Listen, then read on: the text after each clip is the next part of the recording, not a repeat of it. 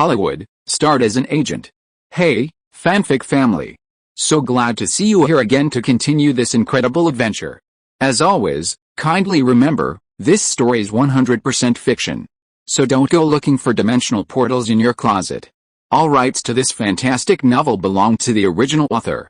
We're just your humble narrators of epic tales. Are you enjoying the fanfic? Show it by subscribing to our YouTube channel and dropping us a like. And if you're impatient for more exclusive content, our Patreon is your happy place. Chapter 76 Hollywood Girl. Jennifer Connelly, who was filming The Rocketeer, traveled to the Toronto Film Festival in Canada to promote the Italian film The Trip. Meanwhile, director Giuseppe Tornatore helped Erin secure the remake rights to Scent of a Woman, spending $300,000. Erin and Jennifer Connelly enjoyed afternoon tea at the Sunset Marcus Hotel in West Hollywood. Director Giuseppe Tornatore, have you returned to the US yet? Yes, The Trip will officially open in the US next month, Jennifer Connelly asked, flipping through her copy of Entertainment Weekly. Surprisingly, Carlock paid $3 million for screenwriter Joe Esterhaus's script, Basic Instinct, the highest price ever paid for a screenplay in Hollywood. Erin flipped through a copy of the Financial Times. He looked up at the voice. Carlock, is your co-director Paul Verhoeven? Jennifer Connelly nodded. Yes, he is. Carlock collaborated with him on the summer release of Total Recall, which grossed $260 million worldwide. Erin knew Joe Esterhaus, who had left CAA this year and was being managed by an independent agent. $3 million, Erin smiled and shook his head. Only Carlock would offer that price. He knew the story of Basic Instinct involved thriller, suspense, crime, and erotica. America is going to war again, Erin said, putting down the Financial Times. The article was about the rise in international crude oil prices caused by Iraq's invasion of Kuwait. Early last month, Iraq's invasion of Kuwait caused crude oil prices, which had been hovering around $15 a barrel, to rise.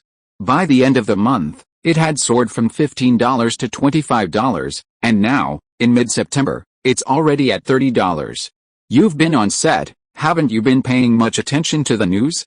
The United States has already joined forces with several other countries and decided to send troops, Jennifer Connelly explained. Erin pressed his forehead. Of course he knew about it, the first Gulf War. Now, Erin was thinking about playing around with oil futures. He had the impression that the oil crisis had pushed prices over $40 a barrel. The world is in such chaos right now. The Soviet Union is in shambles, too. With Germany unified, the United States will have no rivals, Erin said, standing up. Honey, go back to your room and rest. I need to go out for a while. Erin was going to find a brokerage firm to try his hand at oil futures. He was so broke right now, without money, it was hard to do anything. Erin quickly drove his rooster to the investment department of First Intercontinental Bank in the financial district. The receptionist gave Erin a detailed explanation of the trading principles of oil futures, which rely on margin trading and high leverage. There's even 100x leverage. Erin didn't know much about it. The staff member smiled. Some companies offer up to 500x leverage. Erin raised his eyebrows. Wouldn't even a small fluctuation mean a significant capital movement? Erin chose 20x leverage to go long. Although 5x and 10x were also available, Erin couldn't be too timid. With 20x leverage and an investment of $2 million, he could leverage $40 million. The remaining $700,000 would be used as a reserve fund in case he needed to cover his position. From $30 a barrel to $40, I have to stop. As he left, Erin mentally warned himself not to be greedy. He absolutely couldn't be greedy in a business he wasn't familiar with. That evening, Erin returned to the Sunset Marcus Hotel in West Hollywood and was met by Hollywood actor Charlie Sheen, accompanied by several young women. A leader among the new generation of American male stars, the 25-year-old Charlie Sheen boasts immense fame, surpassing even the likes of Nicolas Cage and Johnny Depp. The son of veteran actor Martin Sheen, Charlie Sheen is also a second-generation Hollywood star. His roles in films like Platoon and Wall Street have established him as a truly top-tier Hollywood actor. Bringing so many girls into the room, Erin wondered, but this wasn't uncommon for Charlie Sheen. A young woman, seemingly noticing Erin, approached to greet him, handing him a business card. "M.R. Anderson, right? I'm Heidi Fleisch from the Hollywood Girls Club." Hollywood Girls, Erin knew immediately. In a call girl club, Erin looked at Heidi Fleisch, Are those the girls you just had? Heidi Fleisch nodded. Mr. Anderson, do you need any? We are very secretive and will never disclose any customer information. Aaron smiled. It seems that you have quite a few clients in Hollywood. You actually know me. Mr. Anderson was an agent before. We often contacted the agents of CAA, and Mr. Anderson did a lot of big things later. We have always been paying attention to things in Hollywood. Aaron put away the business card casually and asked vaguely, are Warren Beatty, Dustin Hoffman and others among your clients? Heidi Fleisch just smiled. These are all confidential. It is not easy for us to disclose any information about our clients. Aaron disdainfully, is this service ethics? Mr. Anderson, you should know that there are many things that cannot be said. Heidi Fleisch started out as a call girl, but she found more money as a broker, so she became a pimp. Her staff consisted of young women who provided sexual services to Hollywood stars, corporate executives, and high-ranking government officials. Aaron, knowing he wouldn't get any information, simply left. It seemed Jack Wells was more suited to this kind of work. After all, Jack Wells knew some private investigators. Heidi Fleisch wasn't impressed when Aaron Anderson left. Many people wanted to get the private lives of celebrities from her, but she didn't dare do anything. She couldn't afford to offend anyone. If she did, she'd be out of business. Meanwhile, Aaron, looking at the business card in his hand, called Jack Wells to inquire about the Hollywood Girls Club. Oh, you're talking about Heidi Fleisch. She's the fastest emerging girl broker in the past 2 years and has developed a lot of Hollywood clients. We have quite a few at CAA. I've even sent girls for Ronald Mayer before. What, do you need one too? I heard that the girls Heidi Fleisch has are of very high quality. Aaron sneered. I ran into her and Charlie Sheen delivering girls at the hotel. I received one of her business cards and wanted to ask if there's any news about Warren Beatty and Dustin Hoffman. She definitely won't tell you. They all have confidentiality agreements. Jack Wells on the phone thought for a moment and then spoke again. However, we can consider this aspect. Warren Beatty lost face last time, and there are a lot of reporters around him. It's probably going to be difficult for him to get news. However, how about I ask someone for help and ask some professionals to follow them? Sure. Find 2 trustworthy private detectives to follow Warren Beatty and Dustin Hoffman to see if there's any explosive news. This kind of expense is not worth mentioning to Aaron. Chapter 77 I Know You. In the hotel bathroom, Aaron was lying in the bathtub holding the sexy Jennifer Connelly. Did the filming of The Rocketeer go smoothly? It went quite smoothly, and both Michael Eisner and Jeffrey Katzenberg visited the set. Aaron smiled and rubbed the 34D of the girl in his arms. What's going on? Is this movie so taken seriously? Isn't it just a comic book superhero movie with a production budget of $35 million? Who knows? Jennifer Connelly was not too sure. After all, except for Timothy Dalton who played James Bond in The Rocketeer, the other leading actors were not well-known actors. Aaron, Jennifer Connelly turned her head and kissed the man on the lips, then smiled and said, when we were on the set, Billy Campbell, the male lead of The Rocketeer, was courting me. Well, you're so sexy. Isn't it normal to attract men? Billy Campbell, the male lead of The Rocketeer, was a marginal figure. No one had ever heard of him. Disney chose him as the male lead, and they didn't think of relying on him to attract audiences. They relied on the influence of The Rocketeer comics. I told him that I already have a man, and he's already in his 30s, Jennifer Connelly said, blinking and moving her thick eyebrows. Aaron, what do you think about me dropping out and focusing on acting? You want to drop out so badly. But you didn't go to drama school in high school. Even if you drop out, you still have to learn acting systematically, right? Do you really want to practice acting through your works? The truth is, Jennifer Connelly's acting skills are too immature now.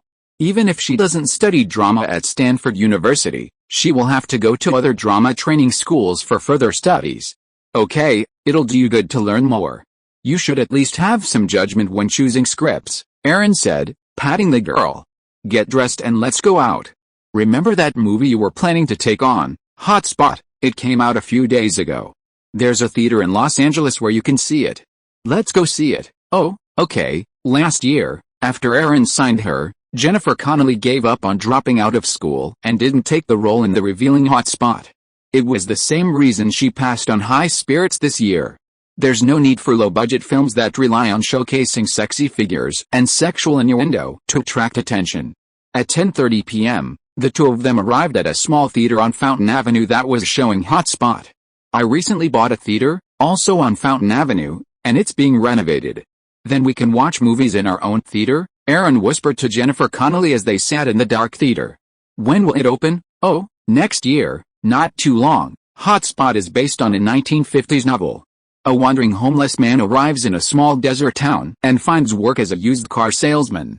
He attracts the attention of the mature, beautiful wife of the car dealer and the young, sexy clerk.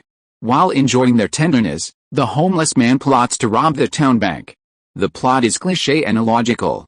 How could a middle-aged, unattractive man attract the mature, beautiful Virginia Madsen and the youthful, sexy Uma Thurman? The Uma Thurman role was chosen first. See? Nothing but showing off your beautiful breasts and figure. Aaron shook his head. This B-movie was simply incomprehensible. No wonder there were only a few people in the small theater. Jennifer Connelly was also embarrassed. Of course, she also realized that the movie's highlights were Virginia Madsen and Uma Thurman, the two women responsible for the sexy scenes. Aaron, Virginia Madsen looks quite attractive here, doesn't she? Aaron nodded.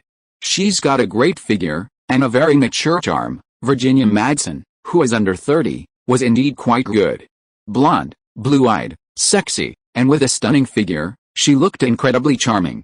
As for Uma Thurman, she was too tough, and she had a risque NC-17 film, Juniflower, coming out this year. Don't worry, I can't compare to yours. Aaron smiled and kissed Jennifer Connelly.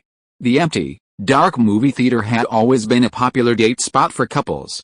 Jennifer Connelly enthusiastically responded to the man's long kiss, and soon, she felt a large hand reaching into her underwear. Ever since buying oil futures, Aaron had been keeping a close eye on crude oil prices every day. A rise meant profit, a fall meant loss. Of course, there was also Aaron's heartfelt Orion film, The Silence of the Lambs. Orion, facing financial difficulties, was facing an increasingly difficult situation. Hotspot was a microcosm of Orion's investment and distribution efforts. An investment of over $10 million resulted in less than $2 million at the box office. Sony Studios in Culver City. Both Ghost and Boys on the Hood rented offices there for post-production.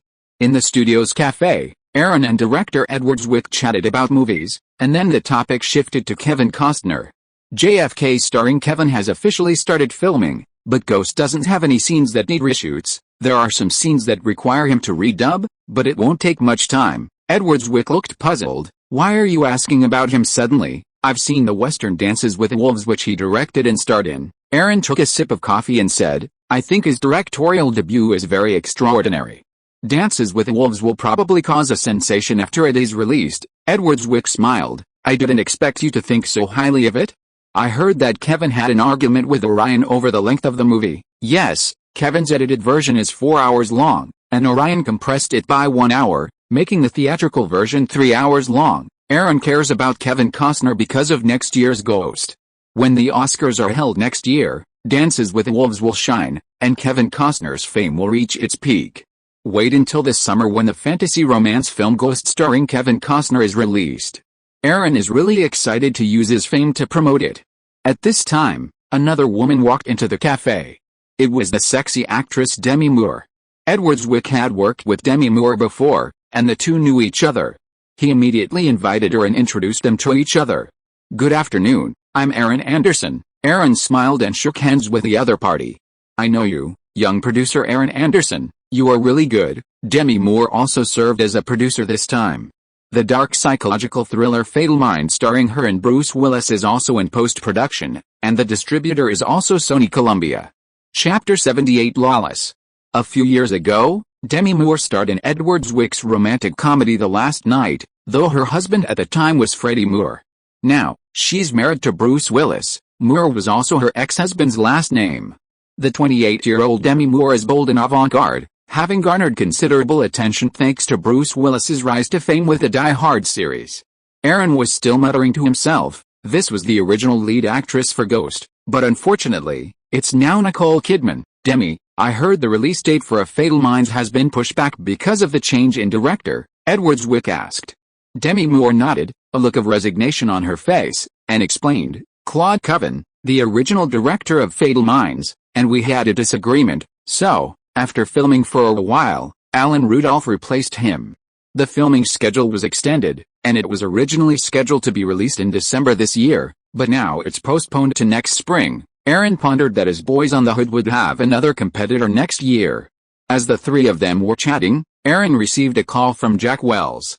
"Aaron, I think I got scammed out of $12,000 by some damn scammer." That evening, in a bar on Fountain Boulevard in West Hollywood, Jack Wells looked glum. "I just got a call from a stock salesman who said there was a very profitable stock and suggested I buy it." He spoke very logically and said that the company was a new high-end technology company in the Midwest that had a relationship with the Department of Defense. It provided some parts for the new fighter jets to the Department of Defense and it was under review. It's only 50 cents per share. It's the stock he's most optimistic about in the past 6 months. After listening to Jack Wells, Aaron held his forehead with his hand. "Didn't I remind you that you could try some oil futures? This kind of penny stock is garbage.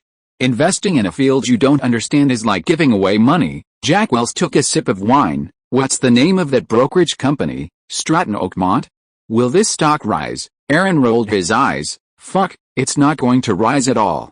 It's garbage, just like the mat that the homeless people outside sleep on." "Then what should I do?" Jack Wells was a little angry. $12,000 was not a small amount of money. "Well, promoting this kind of junk stock is supposedly illegal, but it's hard to define." Aaron was at a loss. "By the way, what's the name of that company, and where is it located?" "It's called Stratton Oakmont, and I think it's in Long Island, New York. I'll have to ask someone to check the exact location." Jack Wells felt so embarrassed. Aaron nodded. "What a mess of names. It's okay, $12,000 isn't a lot.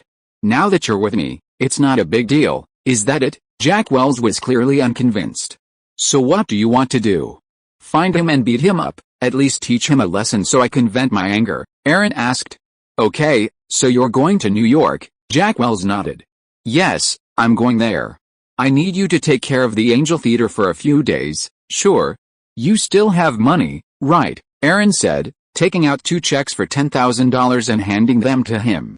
"Remember, it's very difficult to make money in a field you are not familiar with." Jack Wells waved his hand. "You gave a lot for the Boys and the Hood project." He was talking about dealing with the blood gang thugs who came to the crew to cause trouble. "Take it. I know you know a lot of people in that field.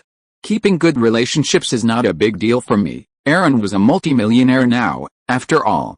Why would he care about a few $1,000s?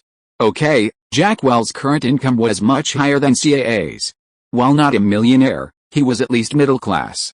However, he was furious after being tricked into buying 24,000 shares of this penny stock. He had already decided never to touch stocks again. "Oh, and I wouldn't touch those futures Aaron mentioned." The next day, Jack Wells took 2 friends to Long Island, New York, to track down the company that had defrauded him.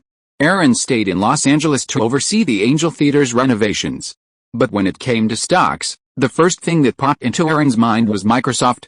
Microsoft's share price was currently $62, with a market capitalization of over $9.1 billion. What a great opportunity. After Ghost was released next year, Aaron had to make a long-term investment. As crude oil prices continued to rise, Aaron was filled with joy every day, and he invested the remaining $700,000. It was October, and Aaron was checking the oil price as usual. $42 a barrel. "Honey, I'm going to be out for a minute. Go to a nice hotel and book a candlelight dinner. Let's celebrate tonight." Aaron jumped up, kissed Nicole Kidman on the cheek, and ran out. Nicole Kidman glanced at the newspaper spread out on the table. Aaron was also playing with finance. That day, Aaron was about to sell all his futures, ignoring the staff's warning that the price might still rise. "No, I'm short on cash." "Sell everything, quick. You can't be greedy with this kind of thing." $30 a barrel now. $42 is enough. The subsequent $700,000 was invested when it was $35 a barrel. Aaron invested $2 million, plus the additional $700,000, for a total of $2.7 million, but he used 20x leverage, a 20% to 40% increase. After deducting various taxes and commissions, Aaron's $2.7 million had become $14.8 million. Elsewhere in New York, Jack Wells and 2 friends found Stratton Oakmont in an abandoned garage in Nassau County, Long Island. "Did this guy scam me out of $12,000? Jack Wells and his 2 friends, armed with baseball bats, smashed the shabby Stratton Oakmont building. 4 or 5 employees lay bruised and groaning on the ground. A white man, no more than 30, was in a particularly miserable state. His clothes were torn, his face was swollen, and blood was flowing from the corner of his mouth. He was the boss. "Fuck, you called me and tricked me into buying 24,000 shares of what's called Airtech International, a high-end defense technology company, a supplier of parts for new fighter jets. The procedures are being reviewed." Jack Wells kicked the man on the ground again and again, causing him to scream in pain. "Tell me, what's your name? You must have scammed a lot of people, sir. We were just selling stock." Bang, bang, Jack Wells said, kicking him again. "My name, do you know that it's illegal to promote penny stocks like this? Fuck, you sons of bitches are simply lawless." Sir, my name is Jordan Belfour." Chapter 79 Unlucky Jordan. Early in the morning, in a suite at the Bel Air Hotel in Beverly Hills, Nicole Kidman emerged from the covers, panting heavily as she slumped over Aaron's chest. "Did you make a lot of money in the stock market?" Refreshed, Aaron caressed her alluring form, his lips curled. "I did make some money in oil futures." "So, your man is amazing, isn't he?" Nicole Kidman smiled. "Well, of course you are." With the funds secured, Aaron immediately went to ICM to discuss the acquisition of the rights to The Silence of the Lambs from Orion with Nancy Josephson. "Aaron, stop it. What Orion needs is visible cash flow." Before Nancy Josephson could finish her words, Aaron produced a $10 million cashier's check from First Intercontinental Bank. ICM can charge a 4% commission on transactions below $15 million. Dawn Pictures wants The Silence of the Lambs. Instead of going directly to the videotape market, why not let me find a distributor? Since Orion doesn't dare to distribute it, give it to me. I dare. 4% is not a low rate. You have to know that this involves a transaction of over tens of millions of dollars, not those small transactions of $1 or $2 million that I made at the time. Aaron Anderson was familiar with these things and did not need to waste much time on this. As for why he did not go to Orion, it was because he did not have ICM's connections in all aspects. At the same time, Aaron was also worried that Orion would not sell to him. Nancy Josephson's eyes widened as she stared at Aaron for several seconds, gesturing with her hands. "How did you suddenly?" Aaron couldn't help but remind her. "Nancy, you're asking too many questions." "Well, since Dawn Pictures has the money, ICM certainly won't turn down business. We'll contact Orion as quickly as possible." "Well, I'll be waiting for your good news." Orion now belongs to John Kruger, owner of Metro Media Group. Due to continuous losses, Orion is in a precarious situation. Especially with the poor performance of the film, John Kruger is preparing to file for bankruptcy. In mid-October, Hollywood's ICM company approached Orion with several producers. Ronald Bosman and Edward Saxon, the two producers of The Silence of the Lambs, director Jonathan Demme, and actress Jodie Foster all opposed the film's direct-to-video release. Mr. Kruger, a film company, wants to buy the copyright of The Silence of the Lambs for $13 million. The international distribution rights of The Silence of the Lambs have been sold by Orion. With this $13 million, the $19 million that Orion spent on filming has been fully recovered, and it has earned at least another $4 or $5 million. Nancy Josephson was certainly well prepared this time. For a thriller and suspense work that no one was optimistic about, the North American copyright sold for 70% of the production cost, which is not a low amount. John Kruger was calm and composed. $13 million is too low. Jodie Foster won an Oscar for Best Actress. It should be at least $17 million. Nancy Josephson shook her head. The buyer is a loyal fan of the novel and loves it very much. He doesn't want the movie to not be shown in theaters. After purchasing the film rights, he still has to find a distributor himself, so a price of $17 million is impossible. Mr. Kruger, Orion's important project right now is Dances with Wolves. Since you are not optimistic about this movie, why keep it, in exchange for valuable cash flow? It will be good for publicity and promotion of Dances with Wolves and subsequent awards. Public relations. John Kruger sighed. $15 million, Orion can't work for nothing. I need cash, Nancy Josephson thought for a while. If Orion agrees to sell it for $14 million, I think the other party can pay the moment the contract is signed. Cash can be incredibly destructive. After Nancy Josephson contacted Aaron Anderson, Orion Pictures offered to sell The Silence of the Lambs to Dawn Pictures for $14 million in cash, on the condition that the film be delivered in exchange for the money. Aaron gladly accepted. Soon after, ICM, on behalf of Dawn Pictures, acquired the rights to The Silence of the Lambs from Orion Pictures for $14 million in cash. ICM, in a small trial, earned a commission of $560,000. Satisfied, Nancy Josephson handed Aaron the contract to Dawn Pictures, along with the master tapes of The Silence of the Lambs. "I feel like I can do it," Aaron said, genuinely surprised. Was Orion so pessimistic about The Silence of the Lambs? Aaron remembered that Orion had actually released The Silence of the Lambs. Nancy Josephson shrugged. "I've also spoken with the crew. It's settled anyway. Now, it's time for you to find a distributor for the film. Director Jonathan Demme, leading actors Jodie Foster and Anthony Hopkins, and others are all waiting for your good news." Aaron nodded. "I'll meet with the crew first. I spent so much money, of course I have to get it into theaters." He'd spent $14.8 million in just 2 weeks. Ugh. That afternoon, the Angel Theater on Fountain Avenue was undergoing partial demolition, and Aaron went to check it out. "What, are you done with the New York thing?" Aaron hadn't seen much of Jack Wells lately. "That's about right. That company specializes in selling penny stocks. It's only been established for half a year, but the boss has accumulated millions of dollars. He deceived hundreds of people. The FBI directly opened a case. Unfortunately, the bastard has almost spent all the money." Jack Wells also cooperated with the police and FBI inquiries. He was also one of the victims, although it was a bit extreme. "No wonder you were gone for half a month," Aaron chuckled nonchalantly. "This guy, he's quite the talent." Jack Wells nodded in agreement. "Who says he isn't? That guy has great eloquence, but he's going to jail for a while. $1 million is a lot of money. What good is he doing? He's trying to scam people. Not only did I teach him a lesson, but other victims came and beat him up too.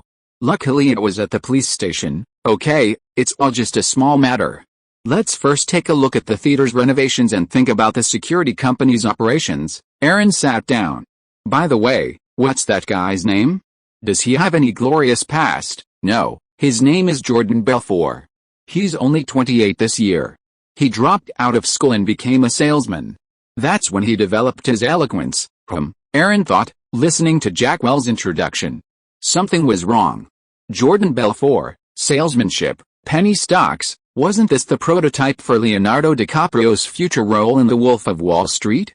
You beat up Jordan Belfort, and then this guy was arrested by the FBI for fraud.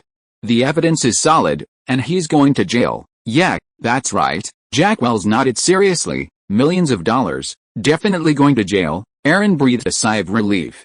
"Does that mean there will be no The Wolf of Wall Street in the future?" "It's over before it even gets started." Jordan Belfort, what a bad luck. Please read, collect, and support it. Chapter 80: The Mysterious Italian Man. Aaron hadn't imagined that Jack Wells had been duped by Jordan Belfort, and that he'd traveled all the way from Los Angeles to New York to beat him up. Not only that, he'd even called the police and sued him alongside other victims. Would that mean the future of The Wolf of Wall Street would be missing? "Aaron, what are you laughing at?" Nicole Kidman smirked at Aaron, who was sitting on the sofa in their West Hollywood apartment. "Oh, nothing. I just thought of some funny things." Nicole Kidman sat on Aaron's lap. "Why did you suddenly buy a thriller horror movie, The Silence of the Lambs? And you spent so much money on it. It's pretty good. You don't have to shoot it yourself. You can just buy it and it's a finished product," Aaron said, stroking the other's thigh. "That Disney gangster movie Billy Bathgate seems to have started shooting, and Bruce Willis also has a cameo appearance. How about it? Do you think it's a pity?" Nicole Kidman smiled. "Then would you like your woman to be slept with by other men? Haha, you have a humorous side too." In Burbank, Dawn Pictures, The Silence of the Lambs was playing in the preview room. Pa. After the movie ended, Aaron couldn't help but applaud. Looking at the director Jonathan Demme beside him, he smiled and said, "It's incomprehensible if such a wonderful movie goes directly to the home entertainment market." Jonathan Demme shook his head. "Orion has no confidence in this movie, and they are planning to develop a comic adaptation of The Addams Family, which also requires a lot of investment. The development of The Silence of the Lambs is inseparable from the support of former President Mr. Mike Medver." Aaron knew all this, since Mr. Mike Medver is optimistic about The Silence of the Lambs. He is now in charge of TriStar Pictures. Why doesn't he buy the distribution rights? Jonathan Demme looked helpless. Mr. Kruger and Mr. Mike Medver have a big conflict, as he said. Jonathan Demme looked at Aaron Anderson. Now that The Silence of the Lambs belongs to Dawn Pictures, perhaps we can contact TriStar Pictures. I think TriStar Pictures should be willing to distribute The Silence of the Lambs. Aaron also smiled. I have the same idea. Even if TriStar Pictures is unwilling, I can find other distributors. Besides, the performances of Anthony Hopkins and Jodie Foster in the movie are so wonderful. The actors are really well chosen. The FBI trainee agent played by Jodie Foster is smart, capable, ambitious, courageous, and resilient. The psychiatrist tested by Anthony Hopkins is gentle, intelligent, ruthless and unpredictable. In the evening, in a bar on Sunset Boulevard in West Hollywood, Jack Wells clinked glasses with Aaron excitedly. Jodie Foster is the heroine in The Silence of the Lambs. She is my idol and dream goddess. Will we have the chance to meet later? Yes. She will come to Dawn Pictures to discuss some publicity matters. There will be many opportunities. Aaron really didn't want to hit Jack Wells too hard. Jodie Foster is a woman and her hobbies are also women. A short while later, Quentin Tarantino arrived at the bar, his face still brimming with excitement. I've received word that director Oliver Stone seems to be interested in my script. Natural Born Killer, really? Congratulations then. Isn't Tony Scott planning to develop my previous script, Fatal Romance? Jack Wells inquired. Quentin Tarantino shook his head. I don't know. Besides, I haven't received any requests from the director to revise the script. Every director makes changes to a script based on their own wishes, some major and some minor, some even altering the main plot. Oliver Stone? He seems to be developing a political thriller JFK, starring Kevin Costner, right? Aaron made a point of checking in, mainly because Kevin Costner was the lead actor. Yes. And he just shot a musical biopic this year, The Doors, based on the life of Jim Morrison, the soul of the Doors, starring Val Kilmer, Quentin Tarantino explained. Okay, Quentin, haven't you always wanted to make your own feature film? Aaron said, taking a sip of his wine. After you sell the script for Natural Born Killers, you can start thinking about it. I'll invest in you. It won't be a lot, but you have to seize the opportunity. Quentin Tarantino was born into a completely independent life, with a huge film viewing database and a typical patchwork work, but his imagination was unbridled. Really? Then I'll spend months coming up with a script to film, and then make it into a feature film. Quentin Tarantino definitely wanted to make a movie. He had made short films before, and if he had the chance now, he would definitely go for it.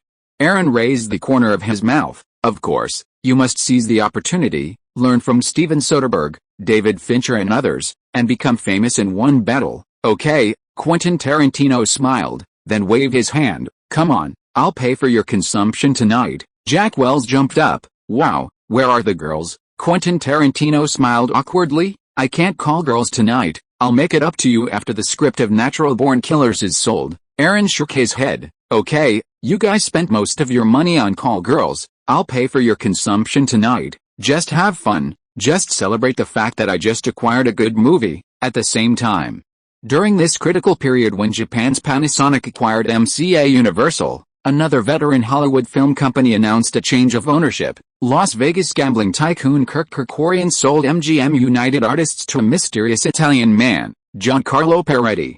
A consortium represented by Giancarlo Peretti acquired MGM for $1.34 billion, financed by the French bank Crédit Lyonnais.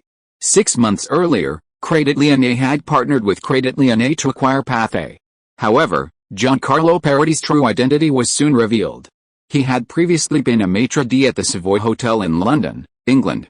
Within 3 years, he had forged a close relationship with Crédit Lyonnais, forging a powerful presence in the film and television industry. Both Pathé and MGM Union were heavily indebted film companies. Many sensed a conspiracy. Chapter 81: How to Come to America.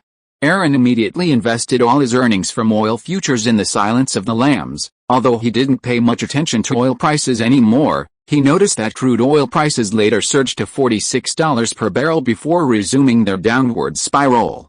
It's been so long, I don't remember the news so clearly. He truly shouldn't be too greedy in unfamiliar territory, or he might end up getting caught out.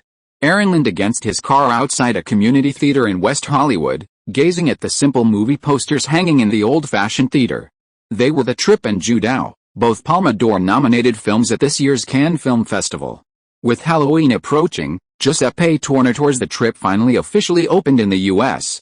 However, after seeing Heritage Entertainment's small-scale distribution strategy, Aaron lost hope.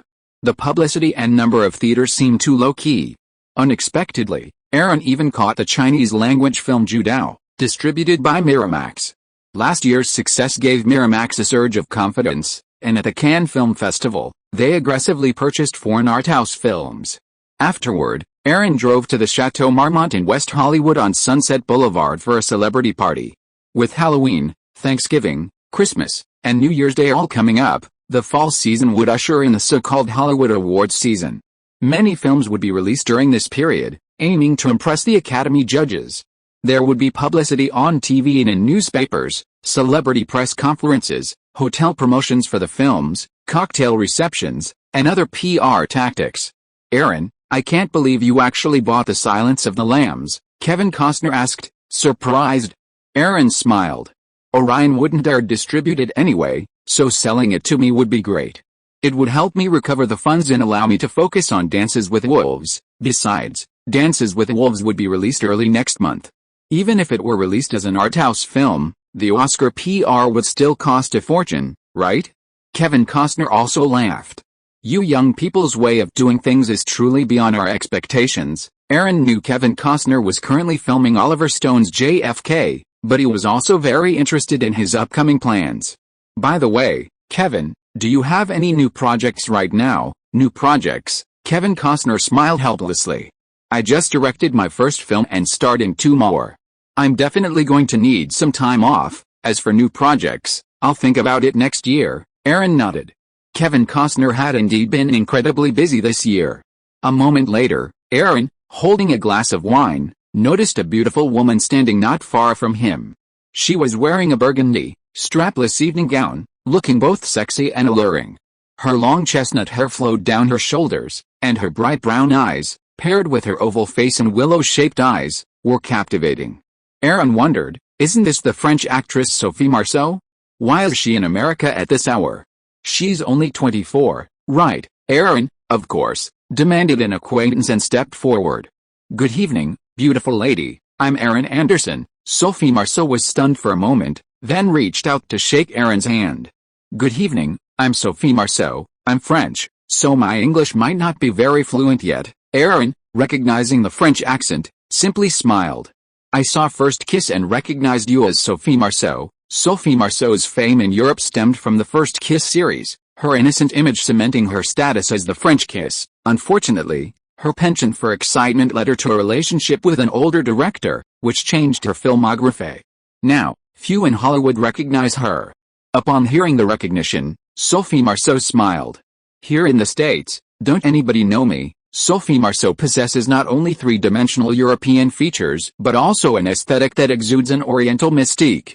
Her complexion is rare among Europeans, and she possesses an Oriental charm. Aaron shrugged. "I'm a filmmaker. I've studied European cinema quite a bit. I was involved in Sex, Lies, and Videotape and Cinema Paradiso at last year's Cannes Film Festival." "You, a filmmaker?" Sophie Marceau looked at Aaron Anderson, somewhat unconvinced. "I used to be an agent. I was the one who bought and sold those films. Earlier this year, I produced a film called Phone Booth." Sophie Marceau thought for a moment. "Did you produce Phone Booth? I've seen that film. I had just finished filming The Girl from Paris in New York at the time." The Girl from Paris, of course, Aaron had never heard of it. Sophie Marceau had made quite a few bad films. "Did you come to America specifically to film?" "Yes, a romantic comedy, a Franco-American co-production, opening in the US soon." "I see." As expected, with Sophie Marceau's current fame, Hollywood probably wouldn't approach her for a role. It's the likes of Elizabeth Adjani and Elizabeth Huppert, with their considerable fame, who might be tempted. "Well, Sophie, could I invite you to dance with me?" Aaron extended his hand politely. Of course, Sophie Marceau's stay in America wasn't long, so she didn't have many friends. She was returning to France after promoting her film. Arriving on the dance floor, Aaron embraced the woman and began dancing to the music. "By the way, what's it like filming in America?" "Similar to France, except perhaps a bit more commercialized here, more focused on the audience's feelings than the film itself." "Really?" The Palme d'Or winners at last year's and this year's Cannes Film Festivals were both American independent films, so, are you saying Sex, Lies, and Videotape and Wild at Heart aren't artistic enough? Sophie Marceau smiled. But commercial films are the mainstream in America. There are many independent filmmakers like me in Hollywood, and commercialization is the trend. Otherwise, why would investors be willing to invest? Aaron didn't quite believe that there were such things as artistic youth in the entertainment industry. They were all about fame and fortune. However, it was difficult to achieve both at the same time, so pursuing one or the other was acceptable. There are quite a few. Hollywood is the world's cinematic center now, and many people's goal is to get into Hollywood. Of course, it was even more difficult for actors like Sophie Marceau from non-English speaking countries to enter Hollywood. Hollywood has no shortage of beautiful women. If you are listening to this novel on a channel other than Fanfic World, it means it was downloaded and re-uploaded without effort. We warmly invite you to visit our channel, Fanfic World. There you will find the original version of this story and many other novels of various genres. We look forward to seeing you dive into a world of incredible novels. Chapter 82 French Kiss. As the center of European art films and the birthplace of cinema, France dominated the global film market before the rise of Hollywood. However, now, facing the industrialized impact of Hollywood, it's struggling to maintain its position. Before the 1980s, French-language films dominated the French domestic market, but after that, Hollywood films surpassed them, capturing a larger share. The romantic film A Girl from Paris, starring Sophie Marceau, failed to make a splash in the United States. Even the biopic Cyrano de Bergerac, starring Gérard Depardieu, which achieved critical and box office success in France and won the jury prize at the Cannes Film Festival, received little attention in the United States. In the evening, a Lexus LS 400 pulled up in a parking lot near the Santa Monica Pier. Aaron and Sophie Marceau stepped out of the car. Aaron took Sophie Marceau to a beach bar on the pier. Aaron, I can't believe you're so impressive. You've only been an agent for over a year, and you've already pulled off so many big things. Sophie Marceau took a sip of her wine and looked at Aaron Anderson curiously. After meeting at the Marmont Hotel the day before, they had exchanged contact information, and Sophie Marceau had inquired about him. She was genuinely surprised. Maybe I'm more suitable for Hollywood. Aaron didn't care. By the way, are you going back to France soon? Sophie Marceau nodded. Of course, I'm just coming here for a few days to attend a few events. The Girl from Paris is not a big production. Well, you never thought more about developing in Hollywood? Sophie Marceau shrugged, except for vase roles that appear a few times, or horrible commercial films that show off sexiness and bodies. Hollywood has no chance for people like us. Aaron looked at the other party. Sophie Marceau must be doing well in France now, and basically has many choices, but if she comes to Hollywood, there really is nothing to choose from, just like the shoddy and low-cost works like The Girl from Paris. There must be more opportunities in Hollywood, right? Aaron reminded him. It would be even better if you practice your English better. Of course, I know all this, but there are no scripts suitable for me in Hollywood. Sophie Marceau stroked her long hair. By the way, I heard that you developed 2 movies this year and recently purchased another work. Are you going to distribute the movies yourself? Aaron shook his head. No, we are cooperating with Sony. Dawn Pictures is just a small independent production company. Many independent films will go to France to seek investment. Have you never considered it? Sophie Marceau said, and suddenly remembered something. Steven Soderbergh, the director of Sex, Lies, and Videotape, is preparing a feature film Kafka in France. Steven Soderbergh? He was the director I signed before. After I left CAA, I didn't pay much attention to him. No wonder that guy often stayed in France for a long time. It turned out that he was going to shoot a French film. I definitely want European film funding, and if necessary, I'll go there to find investors, but, Aaron said with a smile, I probably won't need it soon.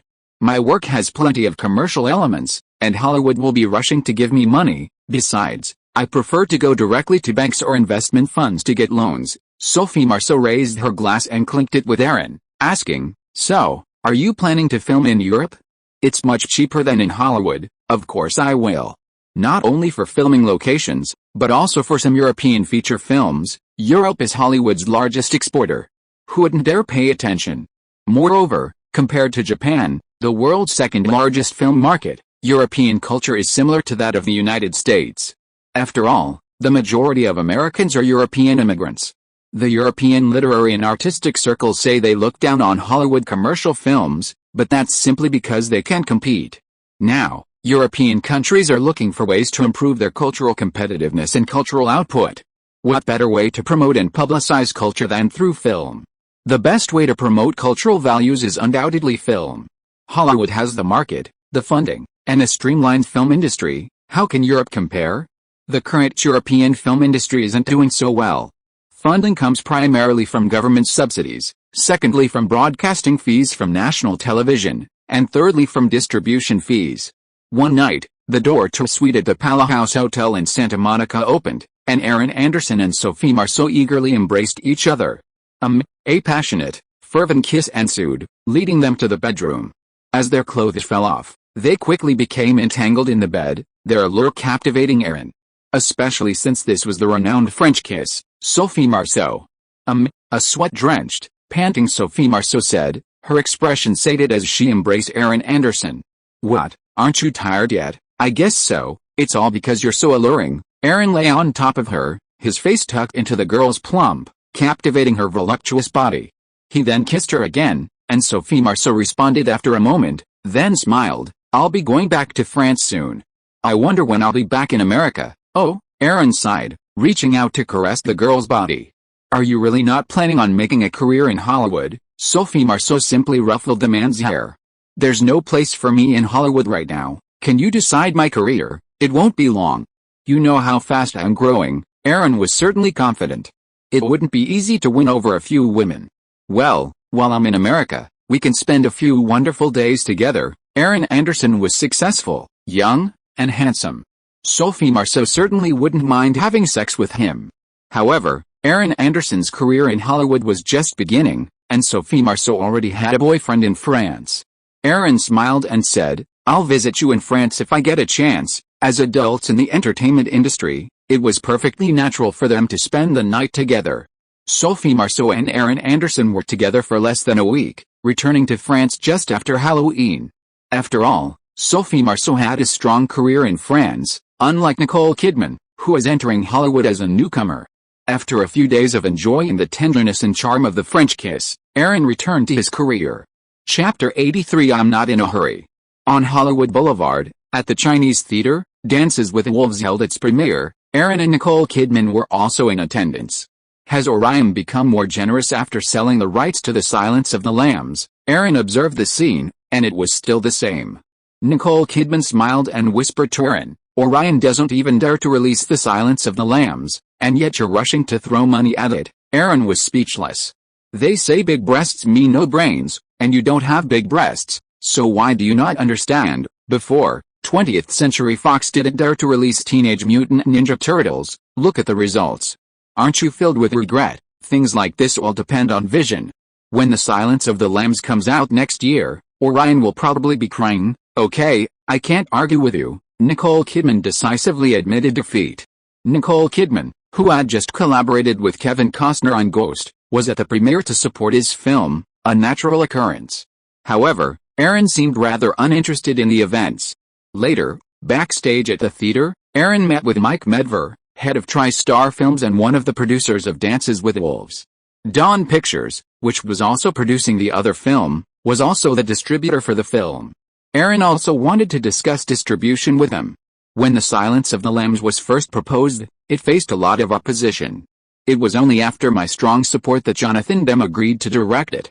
We originally didn't think Jodie Foster would be the heroine, but she loved the novel and personally persuaded the director. Plus, other actresses we approached weren't very interested in the role, so we settled on Jodie Foster. After that, we approached Anthony Hopkins, who had returned to England to perform in a stage play. Sparks flew between the two of them during their first audition. Mike Medver recounted the making of the film. The budget was tight, so we had to cut back in many areas. Fortunately, it only cost $19 million.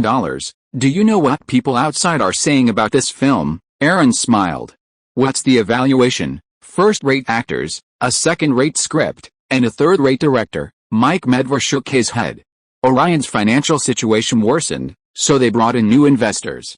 Unexpectedly, The Silence of the Lambs was still sold. Mike Medver glanced at Aaron Anderson and said, "Let TriStar distribute it." I know you have a good relationship with Columbia, but I have a different opinion on the Silence of the Lambs. It's the same old rule, a 15% distribution commission, Mr. Medver. I'm not in a hurry, Aaron said. He couldn't accept a 15% distribution commission. He had already handled several successful films and his vision was proven, so charging such a high commission was definitely not acceptable. Sony's commissions for films released by studios like Carlock and Castle Rock were around 10%. Why did they charge 15% on their own? Boys and the Hood was a 3-no film, so a 15% commission was reasonable, but The Silence of the Lambs starred Oscar-winning actress Jodie Foster. And with a budget of nearly $20 million, it wasn't just a small-budget studio production. You have Boys and the Hood coming out next March, and Ghost coming out this summer. It seems you're very confident in your work, right? Mike Medver certainly understood what he meant. After all, Columbia had been distributing both films.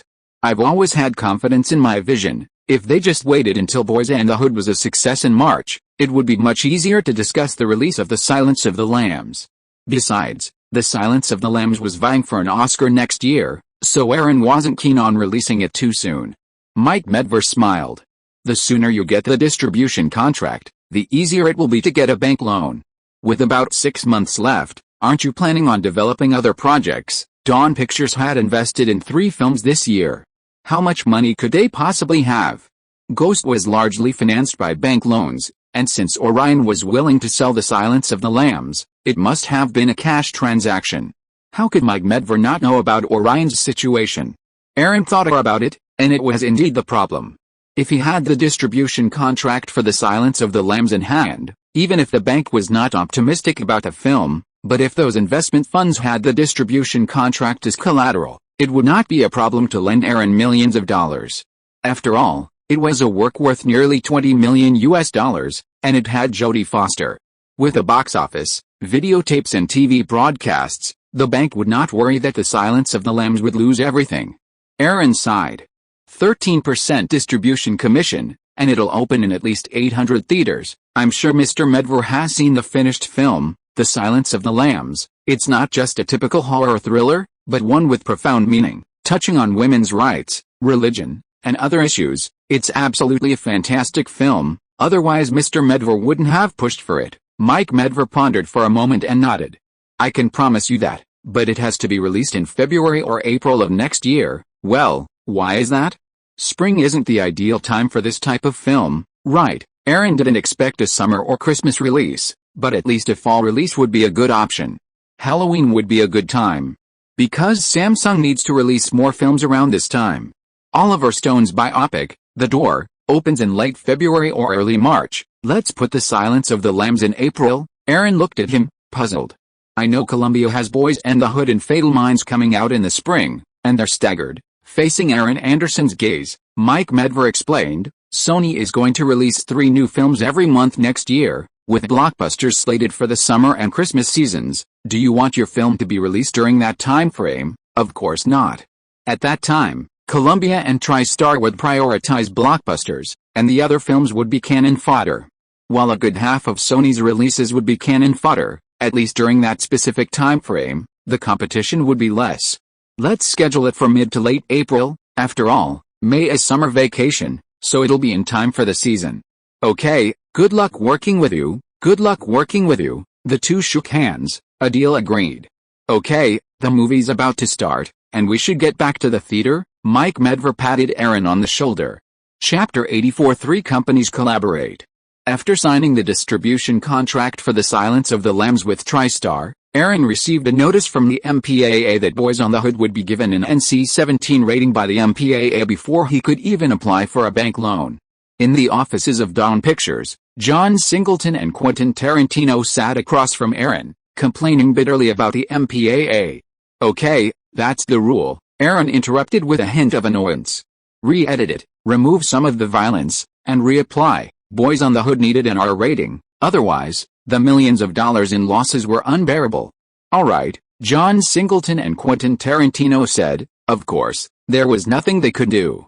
The MPAA was a hurdle that independent films couldn't overcome. It was a powerful tool used by the 7 official members to target independent films. The more they railed against it, the more they wanted to be included. After they left, Aaron called in Jessica Parker, the financial officer, and instructed her to take the distribution contract for The Silence of the Lambs to the bank for a loan. Lend as much as you can.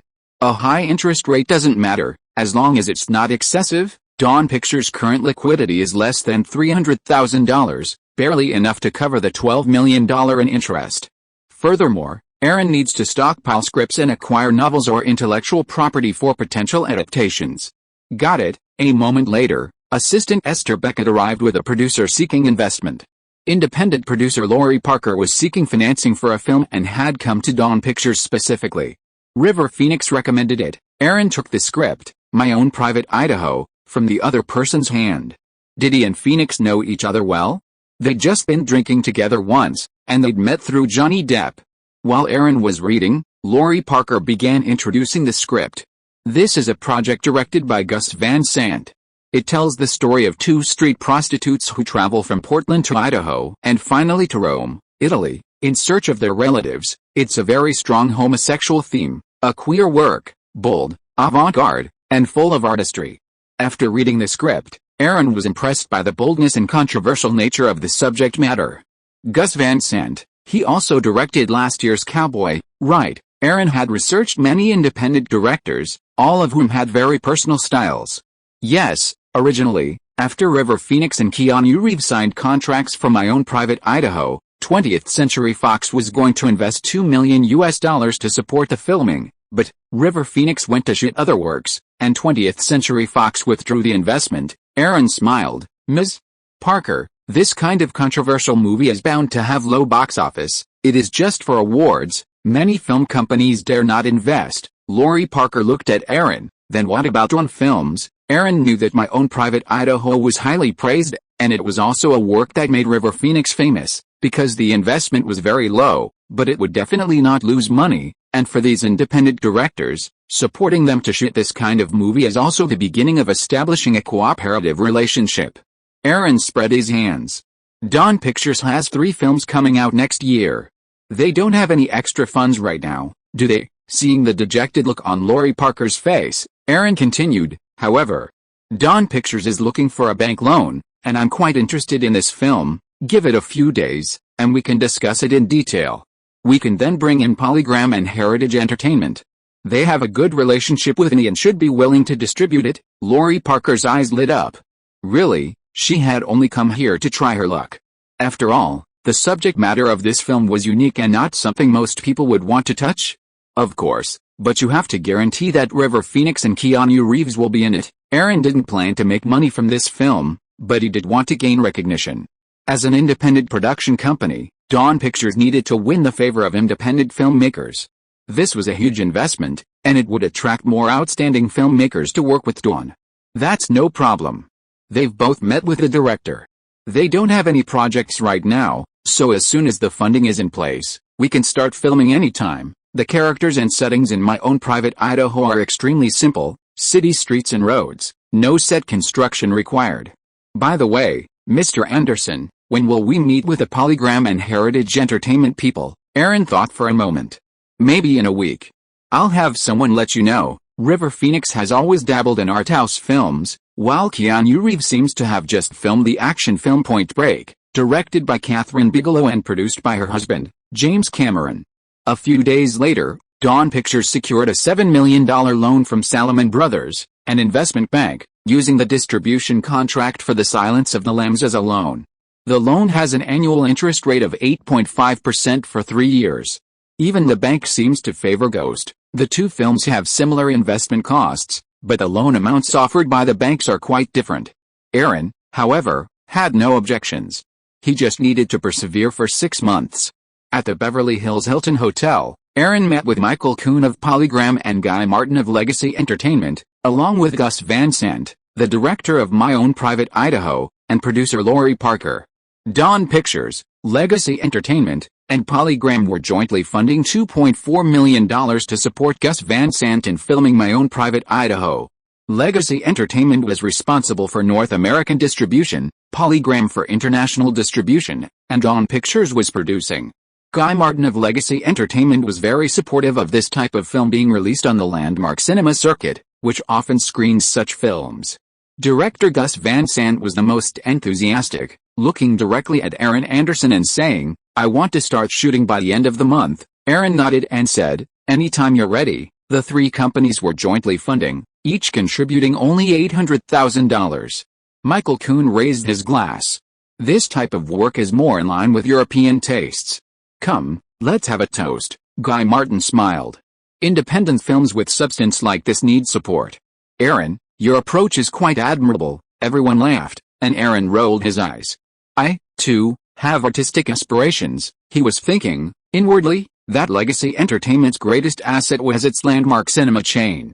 Dawn Pictures should find a way to acquire it. With North American distribution channels, Dawn Pictures could slowly improve its productions, eventually distributing its own films, which would be much more convenient. Guy Martin had no idea that his film company and cinema chain would be targeted by the man before him. Chapter 85 Hollywood Reshuffle. Less than a month after MGM's ownership change, MCA Group and Panasonic announced their successful deals in New York and Tokyo, respectively. Panasonic acquired MCA Universal for $6.59 billion. Aaron sat on the sofa in his West Hollywood apartment, watching the financial news on TV. Panasonic had acquired quite a bit of assets: Universal Motion Picture Group, Universal Studios and Resorts, a 50% stake in Universal Studios Hollywood and Universal Orlando, which just opened this year, MCA Television, MCA Home Video, MCA Records, Putman Publishing, a 40% stake in the Cineplex Odeon Theater chain, and a 50% stake in USA Cable. Standing, Aaron poured himself a drink. 20th Century Fox, Columbia, MGM, and Universal had all been acquired one after another. Add to that the Time Warner merger, and Paramount's turn was next. This was yet another reshuffling of Hollywood's fortunes. The next day, Fox and the Wall Street Journal detailed the Panasonic acquisition of MCA. CAA, the lead advisor on the acquisition, caused a stir in Hollywood. Panasonic even paid $135 million in fees for the deal. After paying other bankers, lawyers, and other advisory teams, CAA alone pocketed $60 million in commissions. Michael Ovitz, who had assisted Sony in its acquisition of Columbia TriStar last year, again spearheaded Panasonic's acquisition of MCA. Premiere Magazine ranked him number 1 on its Hollywood Power list for the second consecutive year. That evening, Aaron, Jack Wells, and Quentin Tarantino were at a bar. "Boys and the Hood is up again, right?" "Yeah, it got rejected again.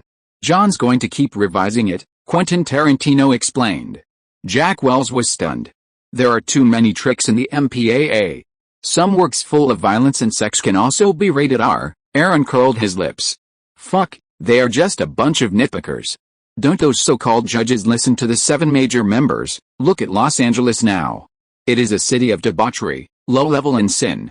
The ubiquitous vulgar tourist souvenir shops, drug dealers, drug addicts, beggars, homeless people and prostitutes fill every street. Sexual assault, fighting, robbery and murder happen at every moment." Aaron looked at Quentin Tarantino again. "By the way, you sold the script of Natural Born Killers to Oliver Stone, right?" "Yeah, I specially invited you out for a drink, and I am preparing my own story. I hope to shoot it next year." "Okay, when you are ready, show me the script." Quentin Tarantino is a genius after all. This guy's works are still very commercial. While Dawn Pictures was busy revising Boys and the Hood to meet its R rating, they were also preparing for My Own Private Idaho.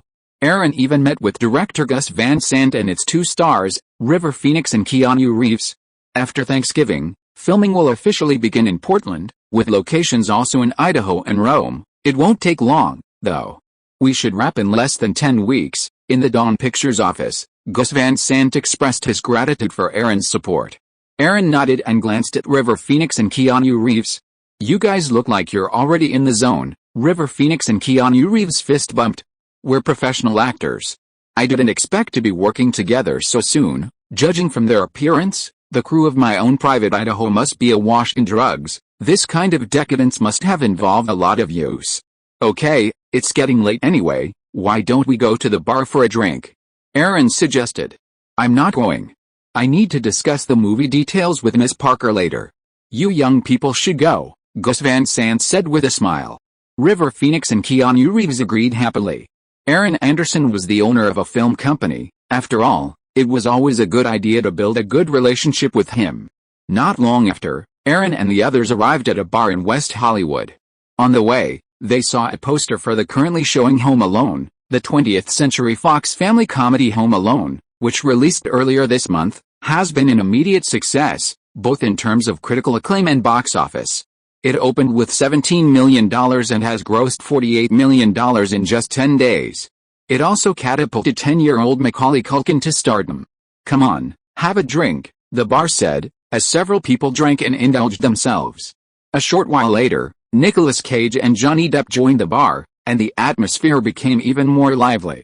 Nicolas Cage's Wild at Heart, released this year, had won the Palme d'Or at Cannes, but it wasn't a huge hit at the box office, only grossing around $17 million, not quite as much as Phone Booth. By the way, Aaron, have you seen Edward Scissorhands? I heard you mention it before. What do you think? Johnny Depp and Winona Ryder's fantasy romance, Edward Scissorhands, is set to be released next month, and he wanted to get his opinion. Aaron smiled. "I've seen it, and I think this movie will become one of Tim Burton's and your signature works. The dark, gothic elements are Tim Burton's hallmark. Have you noticed that you're well suited to this type of work?" Johnny Depp nodded. "I also find it very comfortable working with Tim Burton. This gloomy, noir style is very similar to mine. During the filming process, I was always able to quickly understand Tim Burton's ideas, and he was very confident in letting me express myself." Aaron spread his hands. "That's it. Just being able to understand each other is enough. Okay, let's have a drink." Nicolas Cage raised his glass. After a while, Keanu Reeves suggested, "How about something exciting?" Aaron shook his head. "One of my films is currently being rejected by the MPAA for revisions, and I'm really annoyed. Go have fun." Soon, River Phoenix, Keanu Reeves and Johnny Depp went to the bathroom together to enjoy the excitement. Nicolas Cage shook his head and smiled and comforted, "Aaron, many filmmakers have suffered setbacks at the MPAA, don't worry." When Aaron was about to say something, he suddenly saw Warren Beatty flirting with a bartender not far away in the bar. This bastard always slandered himself in front of reporters, and he actually ran into him here. It would be unreasonable not to say hello. Chapter 86, A Good Retirement. "Hi, Mr. Warren Beatty, are you in high spirits tonight?" Aaron danced his way to Warren Beatty's side, a smile on his face. Warren Beatty turned around and saw Aaron Anderson, his expression stony. "I'm always in high spirits, really? How high?" "As high as a 3-story building," Aaron laughed. "I didn't expect Mr. Warren Beatty to be so humorous. It's a pity I heard TriStar didn't choose you as the male lead in Bugsy, otherwise, there would be another good show to watch. I heard the female lead is the sexy actress Annette Bening." The New York Post and the National Enquirer would have lost some explosive news again. Warren Beatty's face was ashen. "Aaron, don't think you can be so arrogant just because you've succeeded once or twice. Hollywood is not as simple as you think." Aaron Anderson's ridicule made him very unhappy, but there was nothing he could do. Now Warren Beatty was not favored by film companies and producers. "Oh, really?" Aaron's eyes widened. "Could it be that Mr. Warren Beatty is going to take out an automatic rifle and shoot me like Dick Tracy did?" "You?" Aaron's eyes changed. "You have been making up stories about me in the newspapers for the past few months, haven't you? While you still have the energy, why not play with a few more women? You're a has-been loser. Do you really think I have no temper? Next time you are interviewed by reporters, you'd better think before you speak, otherwise, I will use my entire fortune to fight you.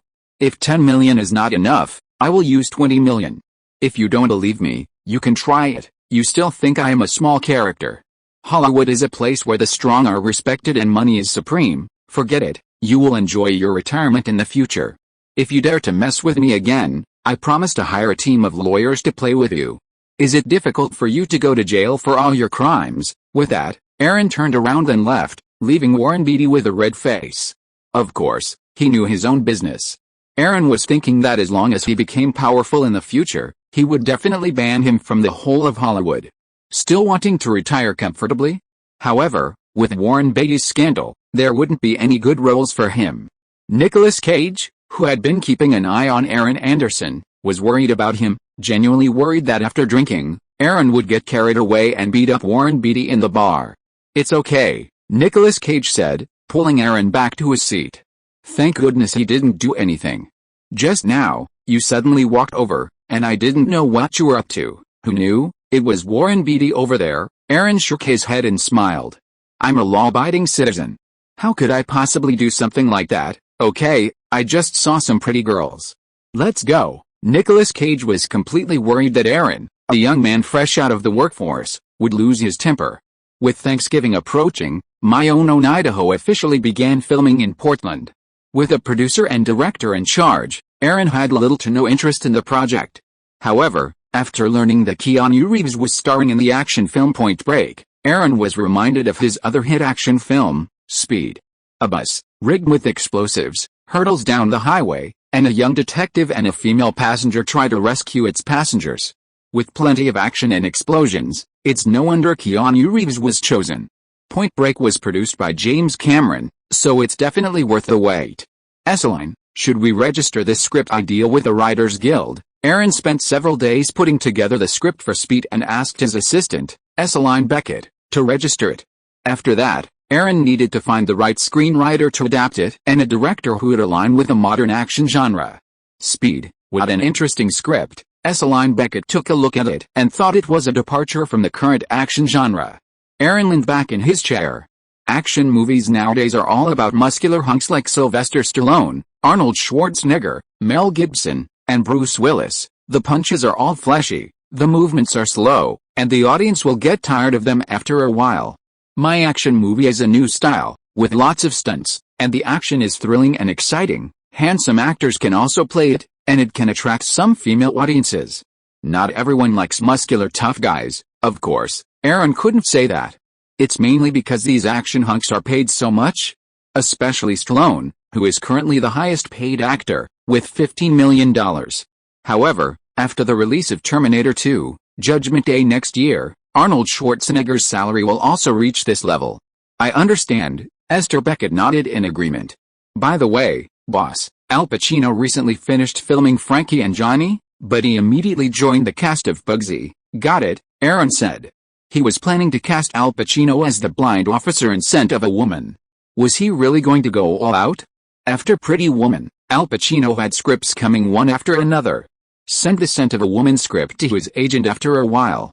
It's a very challenging role, compared to his gangster roles. Romantic roles are much more interesting. Aaron planned to wait until after Christmas to send him the script, as The Godfather Part 3 would be released by then. When the highly anticipated sequel failed to meet expectations and received poor reviews, Al Pacino would be even less likely to refuse Scent of a Woman. That evening, at a banquet at the Beverly Wilshire Hotel, Panasonic, which had recently acquired MCA, hosted a large reception and invited many Hollywood celebrities. Aaron also had an invitation, and he brought Nicole Kidman along. Panasonic chairman Masaharu Matsushita and president Akio Tani were also in attendance. Former MCA chairman and CEO Lew Wasserman and president Sidney Sheinberg remained on to manage MCA Universal. Aaron took a sip of his wine and said calmly, Panasonic doesn't seem even as thick-skinned as Sony. What do you mean? Nicole Kidman, who was holding Aaron's arm, was confused. Almost all the top management is staying, not only Lew Wasserman and Sidney Sheinberg, but also Universal Pictures president of production, Tom Pollock. After all, MCA's most valuable asset is the Universal Film Group. Look at Columbia TriStar. Although they all use American management, they were at least rehired by Sony, right? Nicole Kidman smiled. Last time, Columbia's torchbearers wore kimonos. I wonder what will happen this time. It's not like Japan is taking over the world. Chapter 87 CAA's Peak. Mr. Ovitz, good evening. Aaron ran into Michael Ovitz, whom he hadn't seen in a while, at the reception. Michael Ovitz smiled and clinked glasses with Aaron. Your career has really blossomed in the past year. Aaron shook his head. Mr. Ovitz has been involved in major Hollywood studio deals for 2 consecutive years, making CAA unrivaled. That's what true success is. Michael Ovitz and CAA are truly at the peak of their powers right now. But it's a shame to see someone like you leave CAA. Aaron glanced at him. Agents can't get involved in film and television production. There's nothing we can do about it. Yes, it's a hurdle we can't get around. Michael Ovitz's ambitions are now unprecedented. No matter how well CAA develops, it's just an agency. It can't become a Hollywood movie mogul. Even if CAA invests in film companies through third-party shell companies, it can only own a 10% stake at most, and that would involve a complex antitrust investigation. Afterward, Aaron and Nicole Kidman met with Columbia Pictures president Sidney Gaines in the lounge area and chatted for a while about Ghost. 3 weeks after the release of Kevin Costner's film Dances with Wolves, which he directed and starred in, the film had gained widespread popularity and garnered increasing audience approval. This in turn strengthened Columbia's confidence in Ghost. "Sidney, are you interested in doing something big in the future?" Aaron asked with a smile. "By big, do you mean over $40 million? Sidney Gaines looked at Aaron thoughtfully. The filming cost plus publicity and promotion costs would probably be around $60 million. Ahem, Sidney Gaines said, seeming to choke on his drink. "Aaron, Dawn Pictures has already released a film called Phone Booth, and it's only been around for a year. Is it necessary to go all out?" Aaron shrugged. "After next year's film comes out, Dawn Pictures should have a lot of money. We can do what Carlock did, we'll invest in the production ourselves, and Columbia will distribute it." Sony's goal was to promote its electronics and compete for market share, aiming for influence and fame. "You're investing yourself?" Sidney Gaines breathed a sigh of relief. He would have to report this level of investment to Sony Pictures Entertainment for discussion. Aaron nodded. "However, I won't accept more than a 10% distribution commission," Sidney Gaines smiled. "If Dawn Pictures performs well, a 10% commission is perfectly acceptable." However, Sidney Gaines found it hard to believe Aaron Anderson would develop a film with a production budget of $40 million. "Aaron, do you have the money to make a movie like this?" Nicole Kidman, standing nearby, was already astonished after her conversation with Sidney Gaines. "Not now, but next year. Dawn Entertainment has 3 movies coming out in the first half of the year." Aaron put his arm around the woman's waist and settled on the sofa, unfazed. Whether Sidney Gaines believed it or not was irrelevant. As long as Dawn Entertainment established a name for itself next year, there would be no shortage of distribution for its films. Besides, Aaron had long had his eye on Legacy Entertainment's landmark cinema chain and was gearing up to launch it. Elsewhere, New Line CEO Robert Shea and President Michael Lynn were chatting. Ninja Turtles Reborn shouldn't face any serious competition when it opens next spring. This year's Teenage Mutant Ninja Turtles grossed $135 million in North America and $200 million worldwide. New Line was raking in the cash and had formed a close partnership with Hong Kong's Golden Harvest rival. Michael Lynn suddenly saw Aaron Anderson not far away. Dawn Pictures seems to have 2 movies scheduled for the spring season. One is a crime film about the black community. The other is the acquired Orion thriller The Silence of the Lambs. It's hard to comment on Aaron Anderson's vision. Dawn Pictures, Robert Shea was certainly paying attention. "I've been paying attention to the fantasy romance Ghost produced by Aaron Anderson. Pretty Woman has been making a lot of noise. His name is mentioned in many places in it. It must be related to him. He is optimistic about Pretty Woman and now he is producing Ghost himself. He must be optimistic about it too." Michael Lynn smiled. "That will also be released in the summer, and the competition will be more intense. However, Aaron Anderson's ability is still worthy of recognition. Do we have a chance at New Line?" "No." Robert Shea shook his head, knowing Michael Lynn's thoughts. "Aaron even turned down Disney's offer, so how could he possibly accept us?" Independent film companies these days are reluctant to become puppets of large studios, stripped of their autonomy. Especially for a youngster like Aaron Anderson, who's already achieved success early on and is bursting with confidence. "You expect him to obey?" "That's true," Michael Lynn said, understanding these young people. "Unless they've fallen, they can't be tamed. Come on, he's over there. Let's go talk. I'm quite interested in this guy." Robert Shea also spotted Aaron Anderson sitting in the lounge area. The successive changes of ownership at MGM and Universal caused quite a stir in Hollywood. If it weren't for News Corporation's Rupert Murdoch becoming an American citizen, more than half of Hollywood's 7 major film studios would now be controlled by foreign investors. Japan's frenzied overseas acquisitions clearly demonstrated its economic strength, but the ever-expanding Japanese real estate bubble was about to burst. Meanwhile, the multinational anti-Iraq coalition, led by the United States, Britain, and France, was gathering its final forces. The war against Iraq was about to begin.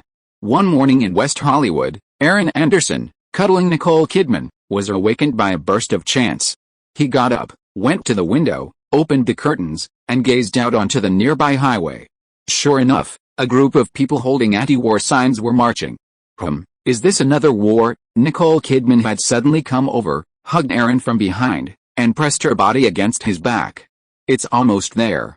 So much oil, who wouldn't love that?" Aaron stroked the back of Nicole's hand, feeling the gentle warmth of her breast. "Anti-war, that was a great theme indeed." Aaron then turned and kissed the girl. Nicole Kidman hugged him tightly, responding enthusiastically. "I got the news that it's going to be released tomorrow. Can I get an initial pre-order?" Chapter 88. I'm almost drooling. "Mr. Anderson, here's the contract." "Happy working with you." The real estate agent handed Aaron the contract for the house he'd rented in West Hollywood. Aaron nodded. The house he'd rented just happened to be listed for sale, and since he was nostalgic, he'd lived there for over a year, so he decided to buy it outright. The price, $700,000, was quite reasonable. Back at Dawn Pictures, Quentin Tarantino recommended a Hong Kong film to Aaron. "Have you seen The Killer?" Quentin Tarantino nodded. "I've seen it, and I think it's great. The aesthetic of the gunfights and violence really appeals to me. It's quite good." The Killer was released in Hong Kong last year, and this year it was shown at the St. Denis Film Festival, Cannes Film Festival, and Toronto Film Festival. It also received some good reviews. This new style of violence is very new to Hollywood. Of course Aaron knew it. It was a work by Hong Kong director John Woo. Aaron, however, wasn't in the mood for such things right now. "By the way, you've been staying at the Angel Theater lately, haven't you? Have you got any ideas for a script?" Aaron had been waiting for his famous film, Pulp Fiction. "I have an idea. I've been watching some foreign films lately, thinking I'd learn something from them," Quentin Tarantino said, staying at the Angel Theater so he could access the VHS tapes stored there at any time. "Okay, Jack's here anyway. If I need any help, I can just ask him. He's an agent after all." It seemed that besides video stores, movie theaters were also suitable places for Quentin Tarantino. The Angel Theater was being renovated, and it would be even better with the two of them watching. In the evening, Aaron drove to Griffith Park in the hills of East Hollywood. Jennifer Connelly had just arrived from the nearby Griffith Observatory Studios. "You mean, the Rocketeer crew ran over schedule due to equipment malfunctions and weather conditions?" Aaron asked with a hint of gloating in a restaurant in the neighboring Los Feliz neighborhood. Jennifer Connelly nodded. "That's why we'll probably be filming in Griffith Park for several more weeks, and I won't be going back to school anytime soon. The filming is running over schedule, and the budget is bound to increase." Even though there aren't many stars, Aaron was happy to hear about the difficulties these film studios are facing with their projects. "You'll be spending most of the second half of the year on this crew. If the Rocketeer doesn't live up to expectations when it's released next summer, it'll be interesting." After dinner, the two went to a nearby bar for a drink. It was December, and the Christmas spirit was already in full swing. As Aaron Anderson, embracing Jennifer Connelly, swayed to the beat on the dance floor, Billy Campbell, who played the lead actor in The Rocketeer, happened to be at the bar with his friends. Okay, I need to go to the bathroom." Aaron and Jennifer Connelly kissed for a moment before parting ways.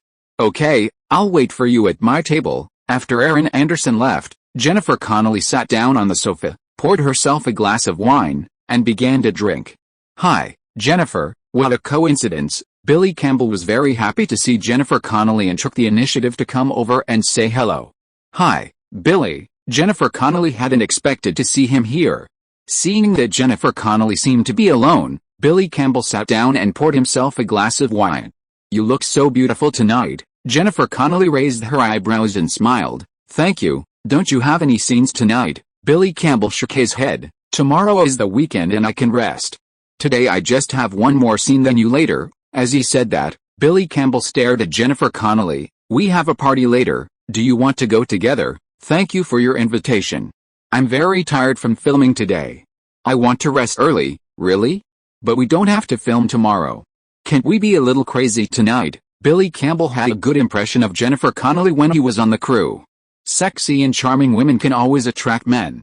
"You know, Billy, I'm still a student at Stanford, and I'm used to going to bed early." "Well, that's a shame." Billy Campbell sighed. "Come on, let's go dance." With that, Billy Campbell was about to take Jennifer Connelly's hand and head to the dance floor. "Billy, I just finished dancing, and I'm sitting down to rest." Jennifer Connelly dodged the other's hand without leaving a trace. "Jennifer, I thought we were friends." "Hey, she's really tired," Billy Campbell said before he could finish his words. Aaron Anderson had returned from the bathroom at some point. He sat down next to Jennifer Connelly, put his arm around her shoulders, and kissed her on the lips again. After looking at Billy Campbell with a smile, he turned to the girl and said, "This is your friend. Won't you introduce him to me?" Jennifer Connelly put her arm around Aaron's waist and introduced him with a smile. "This is Billy Campbell, the male lead of The Rocketeer. We filmed a movie together, Billy. This is Aaron Anderson, a film producer." Billy Campbell was originally a minor character and didn't really know Aaron Anderson. Suddenly, a man came over and hugged Jennifer Connelly, leaving him stunned for a moment. Then, looking at the young face, he said, "Such a young film producer." Aaron was too lazy to explain. The guy looked like he was definitely trying to show his affection to Jennifer Connelly. "Billy, right? Since you're Jennifer's friend, order whatever you want to drink." "It's my treat." Aaron smiled and patted the girl on the thigh. "Let's have a drink together?" Billy Campbell certainly understood the relationship between the two people in front of him. No wonder Jennifer Connelly didn't show any response to his advances on the crew. Forced a smile, Billy Campbell immediately stood up. "Oh, no, thank you. I came with a friend, saw Jennifer, and came over to say hello. Since Jennifer has a friend, I shouldn't disturb her. See you later." Watching Billy Campbell flee, Jennifer Connelly couldn't help but puff and laughed. "Honey, you looked so bad just now." "Bad?" Aaron shook his head at Billy Campbell's back. "Look at him, he's drooling over you. If you weren't in the same crew, how could I be so polite?" However, Billy Campbell's height is over 190 centimeters, tall and mighty. "This is the VIP listing, and it's my first time. Please support me." If you are listening to this novel on a channel other than Fanfic World, it means it was downloaded and re-uploaded without effort. We warmly invite you to visit our channel, Fanfic World. There you will find the original version of this story and many other novels of various genres. We look forward to seeing you dive into a world of incredible novels. Chapter 89. It's time to help. In Jennifer Connelly's house in the Los Feliz neighborhood, Aaron took a book from the shelf while Connelly showered. Jurassic Park began to read. Author Michael Crichton's science fiction novel, published this year, immediately topped the New York Times and other bestseller lists. It's a very good novel, touching on a lot of scientific theories, like genetic engineering, genetics, and cloning technology. Just then, Jennifer Connelly approached in a silk suspender nightgown, her voluptuous figure incredibly alluring. She said, slumping into the man's arms, wrapping her arms around his neck and kissing him passionately. After the kiss, Aaron put the book down. The novel is being adapted. Universal is working with Steven Spielberg. Before the Jurassic Park novel was published last year, Michael Crichton sent a draft to the 6 major Hollywood studios. The 6 major studios competed for the adaptation rights, and ultimately Universal Pictures and Spielberg were awarded. Universal also offered the highest commission ever for the author and director. Is it going to be made into a movie? That's not going to be easy. Jennifer Connelly leaned into Aaron's arms. Dinosaur special effects are not easy to produce. Not so fast.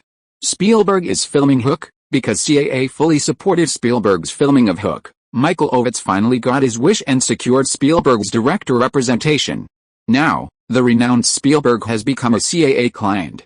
Aaron leaned back on the sofa, embracing Jennifer Connelly, thinking to himself, while Spielberg was filming Jurassic Park, another film seemed to be starting production, Schindler's List. Aaron had previously worked at CAA and knew that the rights to Schindler's List belonged to director Martin Scorsese, who wanted to make the film but hadn't received support.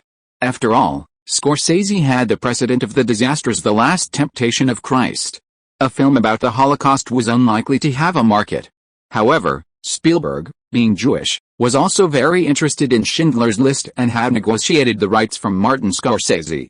Schindler's List, Aaron thought.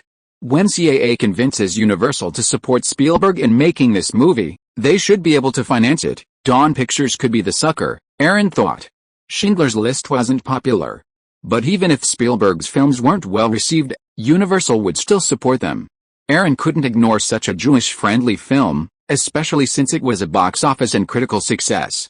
Let's get some rest, darling. Jennifer Connelly, who was in his arms, suddenly leaned over and whispered in Aaron's ear. Aaron smiled, feeling the girl's 34D breasts. When you were on set, did that Billy Campbell try to woo you? Yeah, he wanted to ask me out for dinner, a movie, and stuff, but I turned him down. Besides, I just ran into you at the bar, so I'm sure he won't bother me anymore. Aaron thought for a moment. So, will he embarrass you on set? Isn't the Rocketeer overdue? Jennifer Connelly shook her head. That's definitely not the case.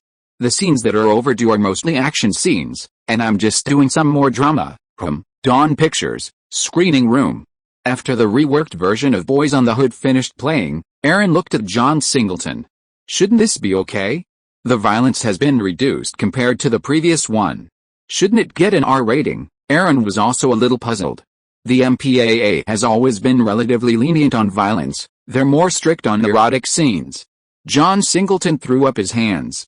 Well, I'm not sure. This is the third time I've submitted it. It was clear that John Singleton genuinely didn't want to cut any more scenes. Okay, I'll go to Sony and ask Mr. Sidney Guinness about it. Columbia was also the distributor, so shouldn't they do something about it? That would be great.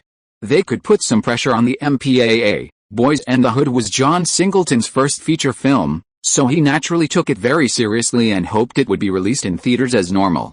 As the Christmas season entered December, a variety of films were released, but the best performing one was, of course, 20th Century Fox's Home Alone. By mid-December, Home Alone had already surpassed the $100 million mark at the North American box office. Meanwhile, 20th Century Fox released another fantasy romance, Edward Scissorhands, directed by Tim Burton and starring Johnny Depp and Winona Ryder. It opened in 1,023 theaters, grossing $6.5 million over its first 3 days, and received strong reviews from critics and media outlets. Empire magazine commented, Tim Burton's Edward Scissorhands represents a touching fairy tale and is one of the most whimsical films ever made. The Washington Post commented, with stunning cinematography, production design, and costume design, Edward Scissorhands offers a refreshing change. That evening, Aaron was driving back to West Hollywood from Culver City. On Fountain Avenue, near the Fountain Theater, he saw a girl sobbing near a large poster for Edward Scissorhands. Aaron took a closer look. Isn't that Winona Ryder, the heroine on the poster? Although puzzled, Aaron stopped the car to investigate. Could something bad have happened? Winona, is that you? Aaron asked as he approached. Winona Ryder, who was crouching nearby, raised her head. Her eyes were red. She had indeed been crying.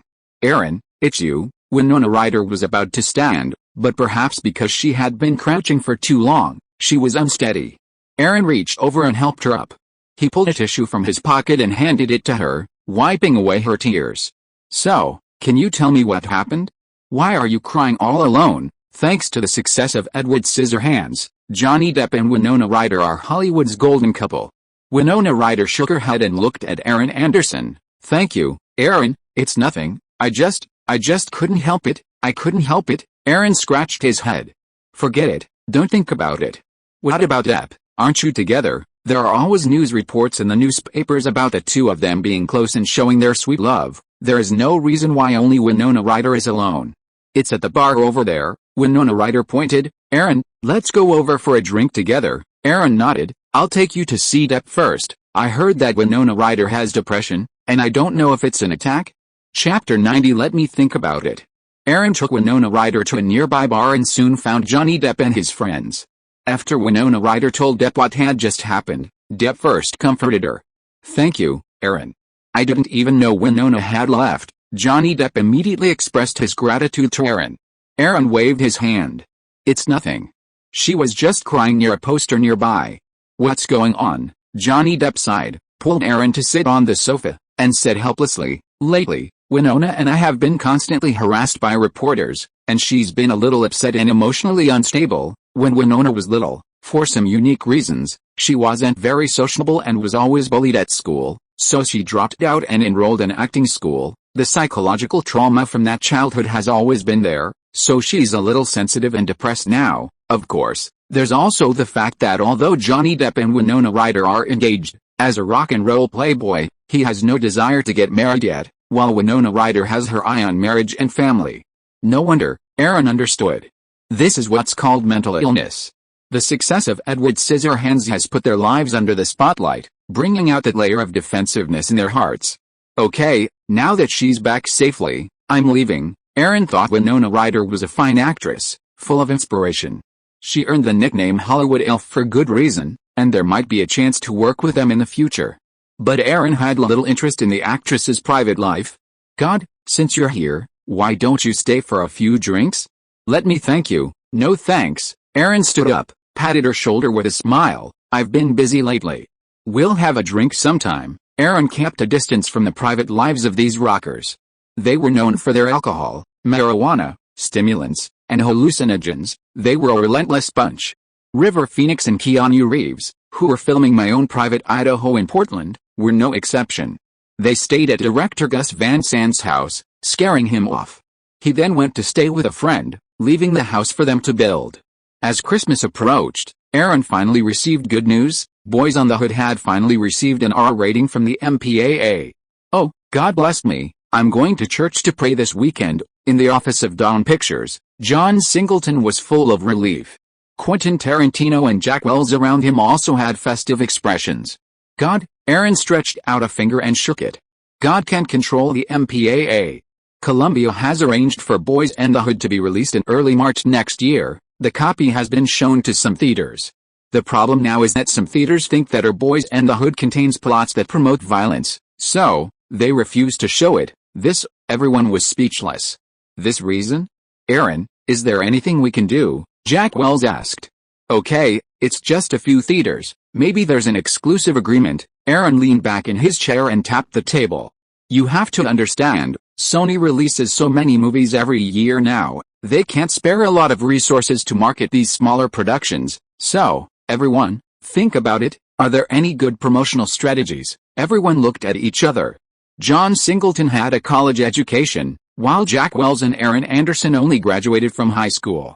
As for Quentin Tarantino, let's not talk about him. John, tell me. Aaron pointed out by name. Although he was black, he was still a full-fledged graduate of the University of Southern California. John Singleton thought for a moment and said, we can consider the black community. We should focus on promoting Boys on the Hood in the black community. Ice Cube has some reputation in the rap world. We should choose him as the main promotional point. Aaron nodded and said, yeah, that's similar to my idea. However, it's not just a black community. The scope should be expanded to other minority areas, like Hispanics, Asians, and Middle Easterners. They're all possible. In the United States, other than white people, other people of color are discriminated against and have similar problems to the black community. However, the main reason for the black community is laziness and stupidity, while some other people of color are mainly due to external factors. Just like Mexicans and Hispanics, they can endure hardships, and many Chinese and Korean Asians are wealthy.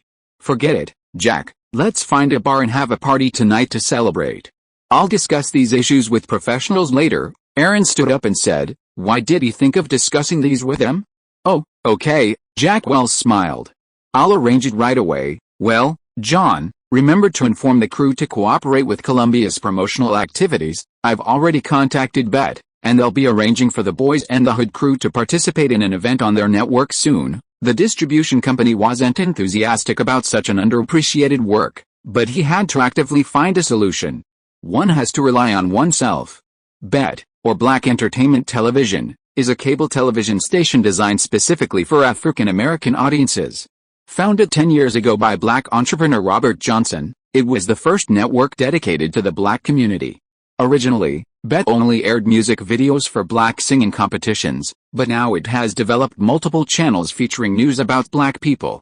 A movie like Boys and the Hood is incredibly black, and Bet simply couldn't refuse it.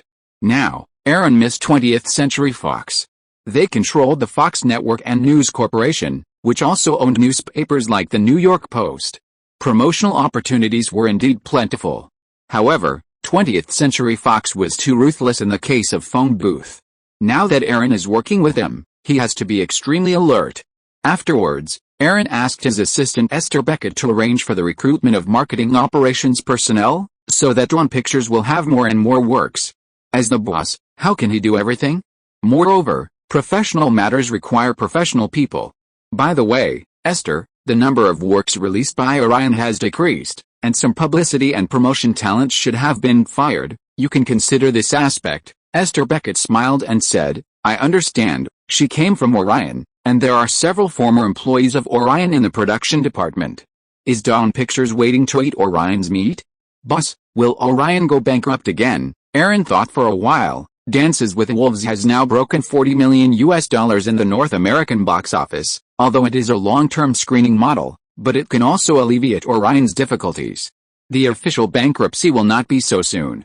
Maybe it can find new capital. However, Dawn Pictures got The Silence of the Lambs, which made Orion's life-saving straw less strong. Chapter 91 The Fresh Prince of Wales. The 48th Golden Globe Awards nominations luncheon was held at the Beverly Hills Hilton Hotel. Dances with Wolves received multiple nominations. That's great. Dances with Wolves was nominated for Best Director, Best Picture, Drama, and Best Actor. Kevin Costner is so proud. Kathy Bates is also nominated for Best Actress in a Drama for Days of Despair. In the offices of Dawn Pictures, Aaron looked at the Golden Globe nominations with a smile on his face. Kevin Costner and Kathy Bates were the lead actor and supporting actress in Ghost. However, Warner Brothers also has a film about black gangs, Black City, coming out in March next year. It's a direct competitor to Boys and the Hood, one about the New York gangs, the other about the Los Angeles gangs. That evening, at Club 42 in Hollywood, Aaron Anderson and Jennifer Connelly sat on the couch, enjoying a rap performance on the bar's stage. It was DJ Jeff and the Fresh Prince, a black rap group from Philadelphia who won the Grammy for Best Rap Performance last year. Aaron's gaze lingered on one of the black performers. 22-year-old Will Smith, a still fresh-looking rapper. They're pretty popular. Aaron listened to the screams from the crowd. It seemed the group had quite a following. Jennifer Connelly nodded. Their album sales are pretty good. However, Will Smith from the group is even more popular, but he's extravagant and has been evading taxes, earning him fines from the IRS. The IRS confiscated much of his property and seized his income, leaving him on the brink of bankruptcy. Aaron was stunned. He glanced at Jennifer Connelly, leaning against his chest, and smiled faintly. How do you know so much? It's in the newspaper. I bought their albums. I really liked their fresh and humorous rap style. Nowadays, rap music is generally rough and stilted. It seems he's currently working with NBC and Warner Brothers Television on the sitcom The Fresh Prince of Bel-Air. The Fresh Prince of Bel-Air. Aaron knew that the show was a turning point in Will Smith's transformation into an actor. Among black actors, Will Smith and Denzel Washington were Aaron's favorites. It seemed like they were bound to collaborate in the future. By the way, your part in The Rocketeer is over. Are you going back to school? I'm going to New York first and will be back to school after Christmas. Jennifer Connelly put her arm around Aaron's neck and kissed him. Want to come to New York with me? No, New York is too cold. Aaron shook his head. What kind of weather is it in New York now? Many locals have gone on vacation to the Caribbean or Miami. Not long after, the two left Club 42 and prepared to return to Los Feliz. When they passed the Chinese Theater on Hollywood Boulevard, they were holding the premiere of The Godfather Part 3. The red carpet was laid out, the sidelines were surrounded by reporters, and many Hollywood filmmakers gathered. It's really a work directed by Martin Scorsese. The premiere is so grand. Jennifer Connelly stopped to watch. Aaron put his arm around the girl's shoulders and said, The Godfather Part 3 has many Golden Globe nominations, but the word of mouth at the preview was a little below expectations. Now that it's officially released, I guess the box office won't be that high. Do you remember the role of the Godfather's youngest daughter that you auditioned for? I know. It was played by director Coppola's daughter, Sofia Coppola. Well, her performance was a mess. She got the worst performance in The Godfather Part 3. Al Pacino's performance was okay, but the story wasn't very appealing. Anyway, that role didn't go to Winona Ryder. Outsiders have no way of knowing the specific reason. I filmed in Italy and know that they value family the most over there. Many things are centered around family members. The Coppola family is Italian immigrants, and this traditional concept hasn't changed much.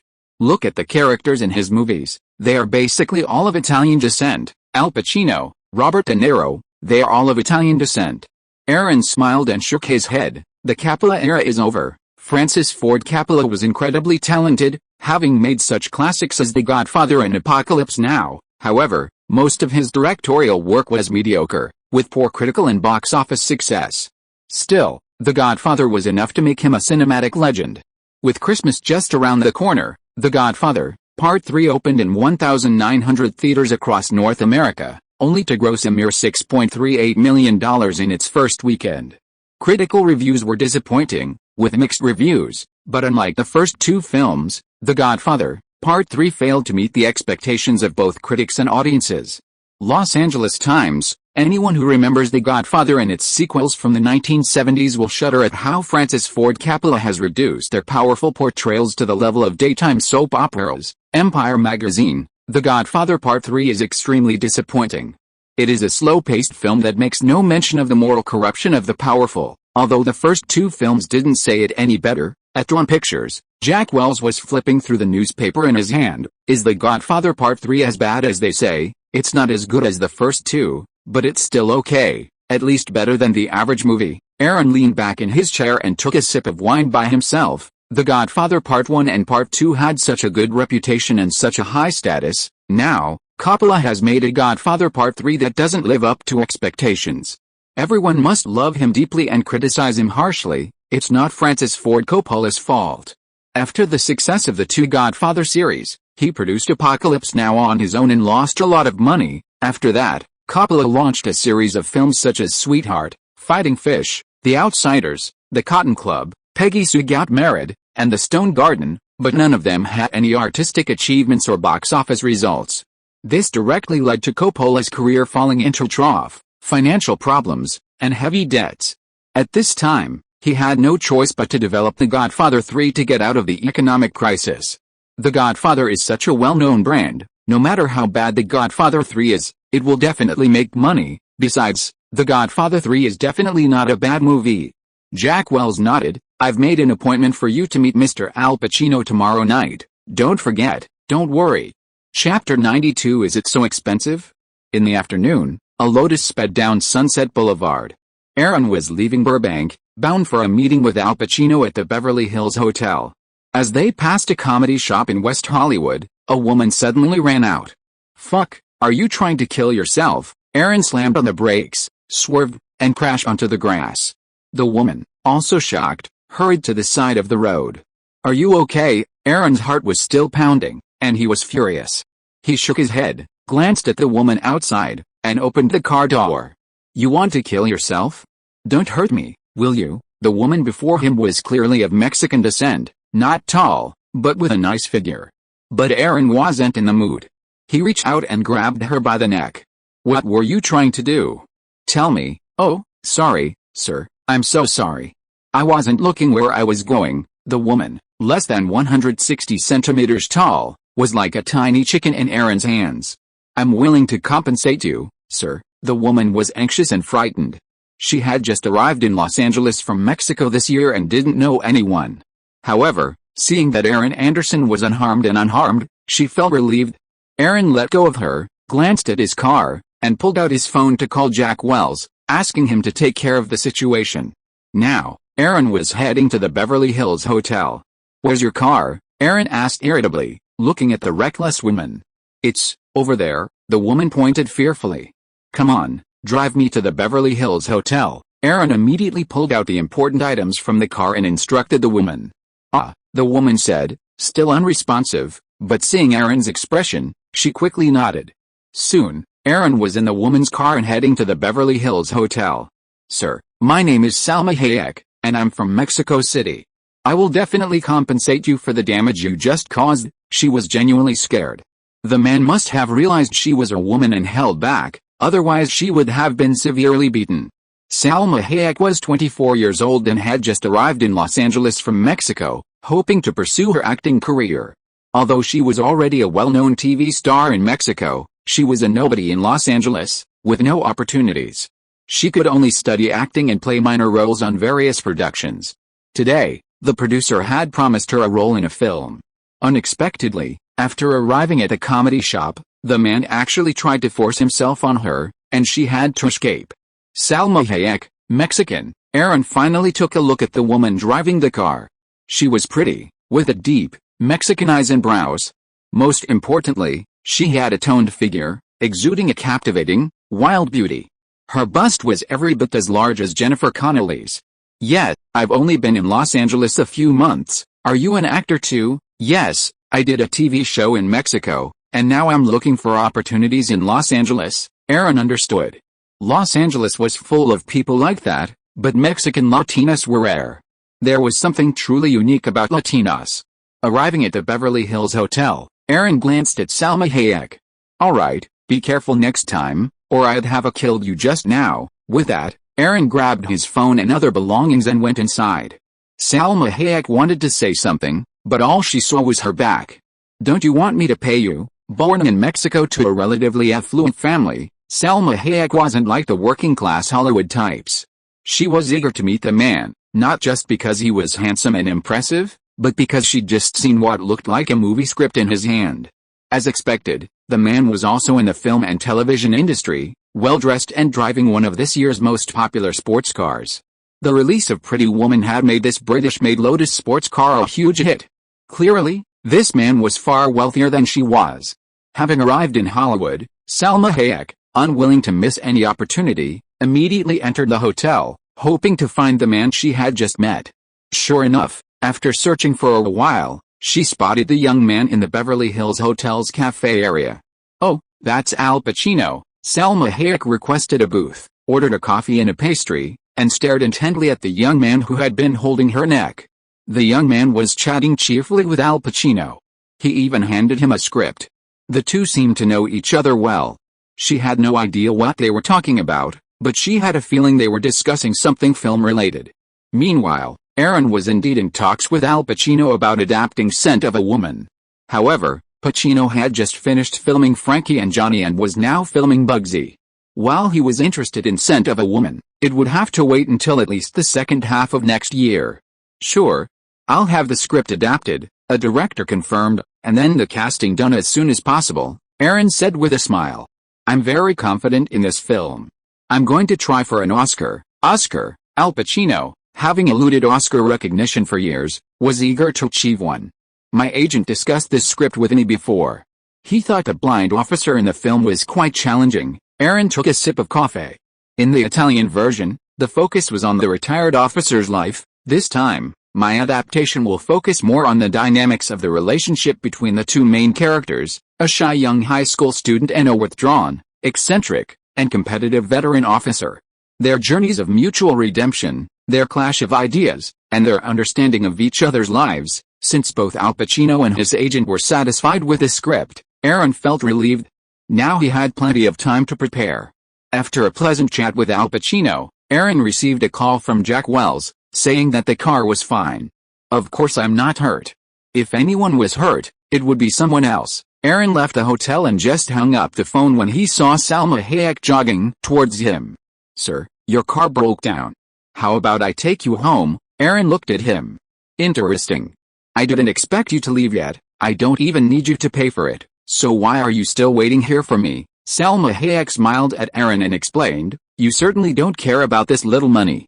This handmade British suit you're wearing costs at least $4,000. Besides, a Lotus model from last year could be thrown on the grass." Aaron looked down at his suit. Because he doesn't like American styles, his clothes are usually European styles, such as British and Italian. Moreover, some of Aaron's clothes were prepared by Nicole Kidman for him. "Is this suit really that expensive?" "It costs $4,000.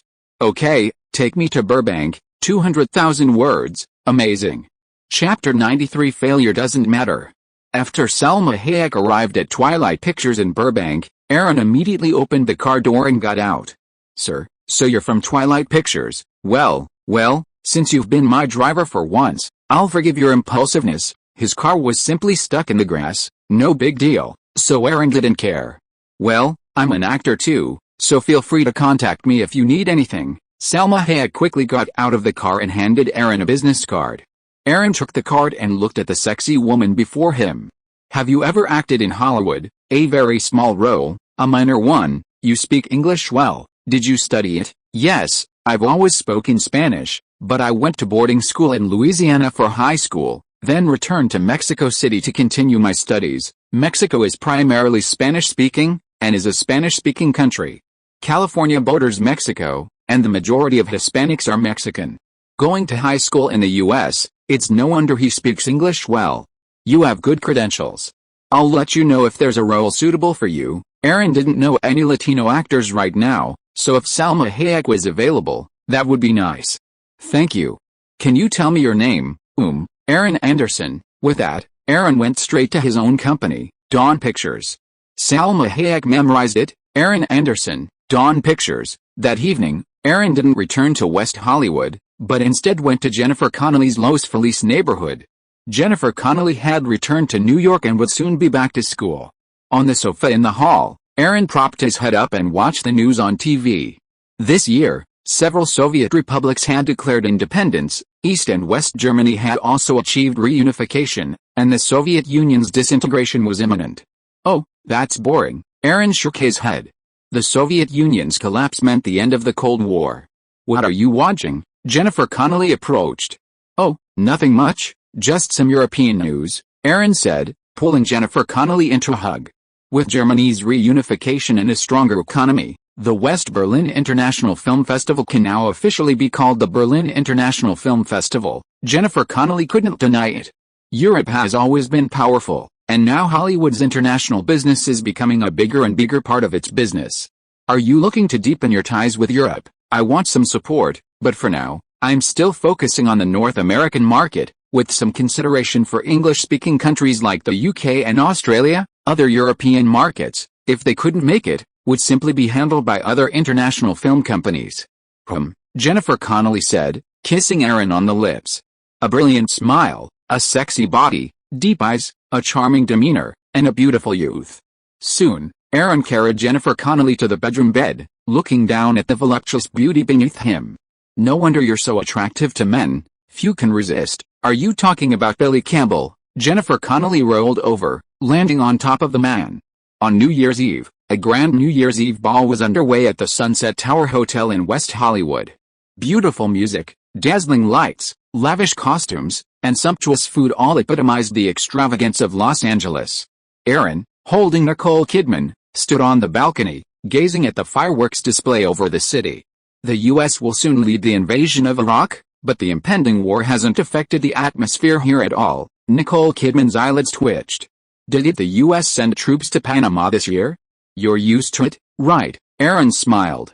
Oh, by the way, my agent said Imagine Entertainment is going to make a romantic Western adventure for Universal. The director is Ron Howard, and Tom Cruise is the lead actor. It's a big production with a $60 million budget. I have an audition for the female lead. After hearing Nicole Kidman's story, Aaron quickly guessed it was Far From Home. Ron Howard, that's great. Let's go for it.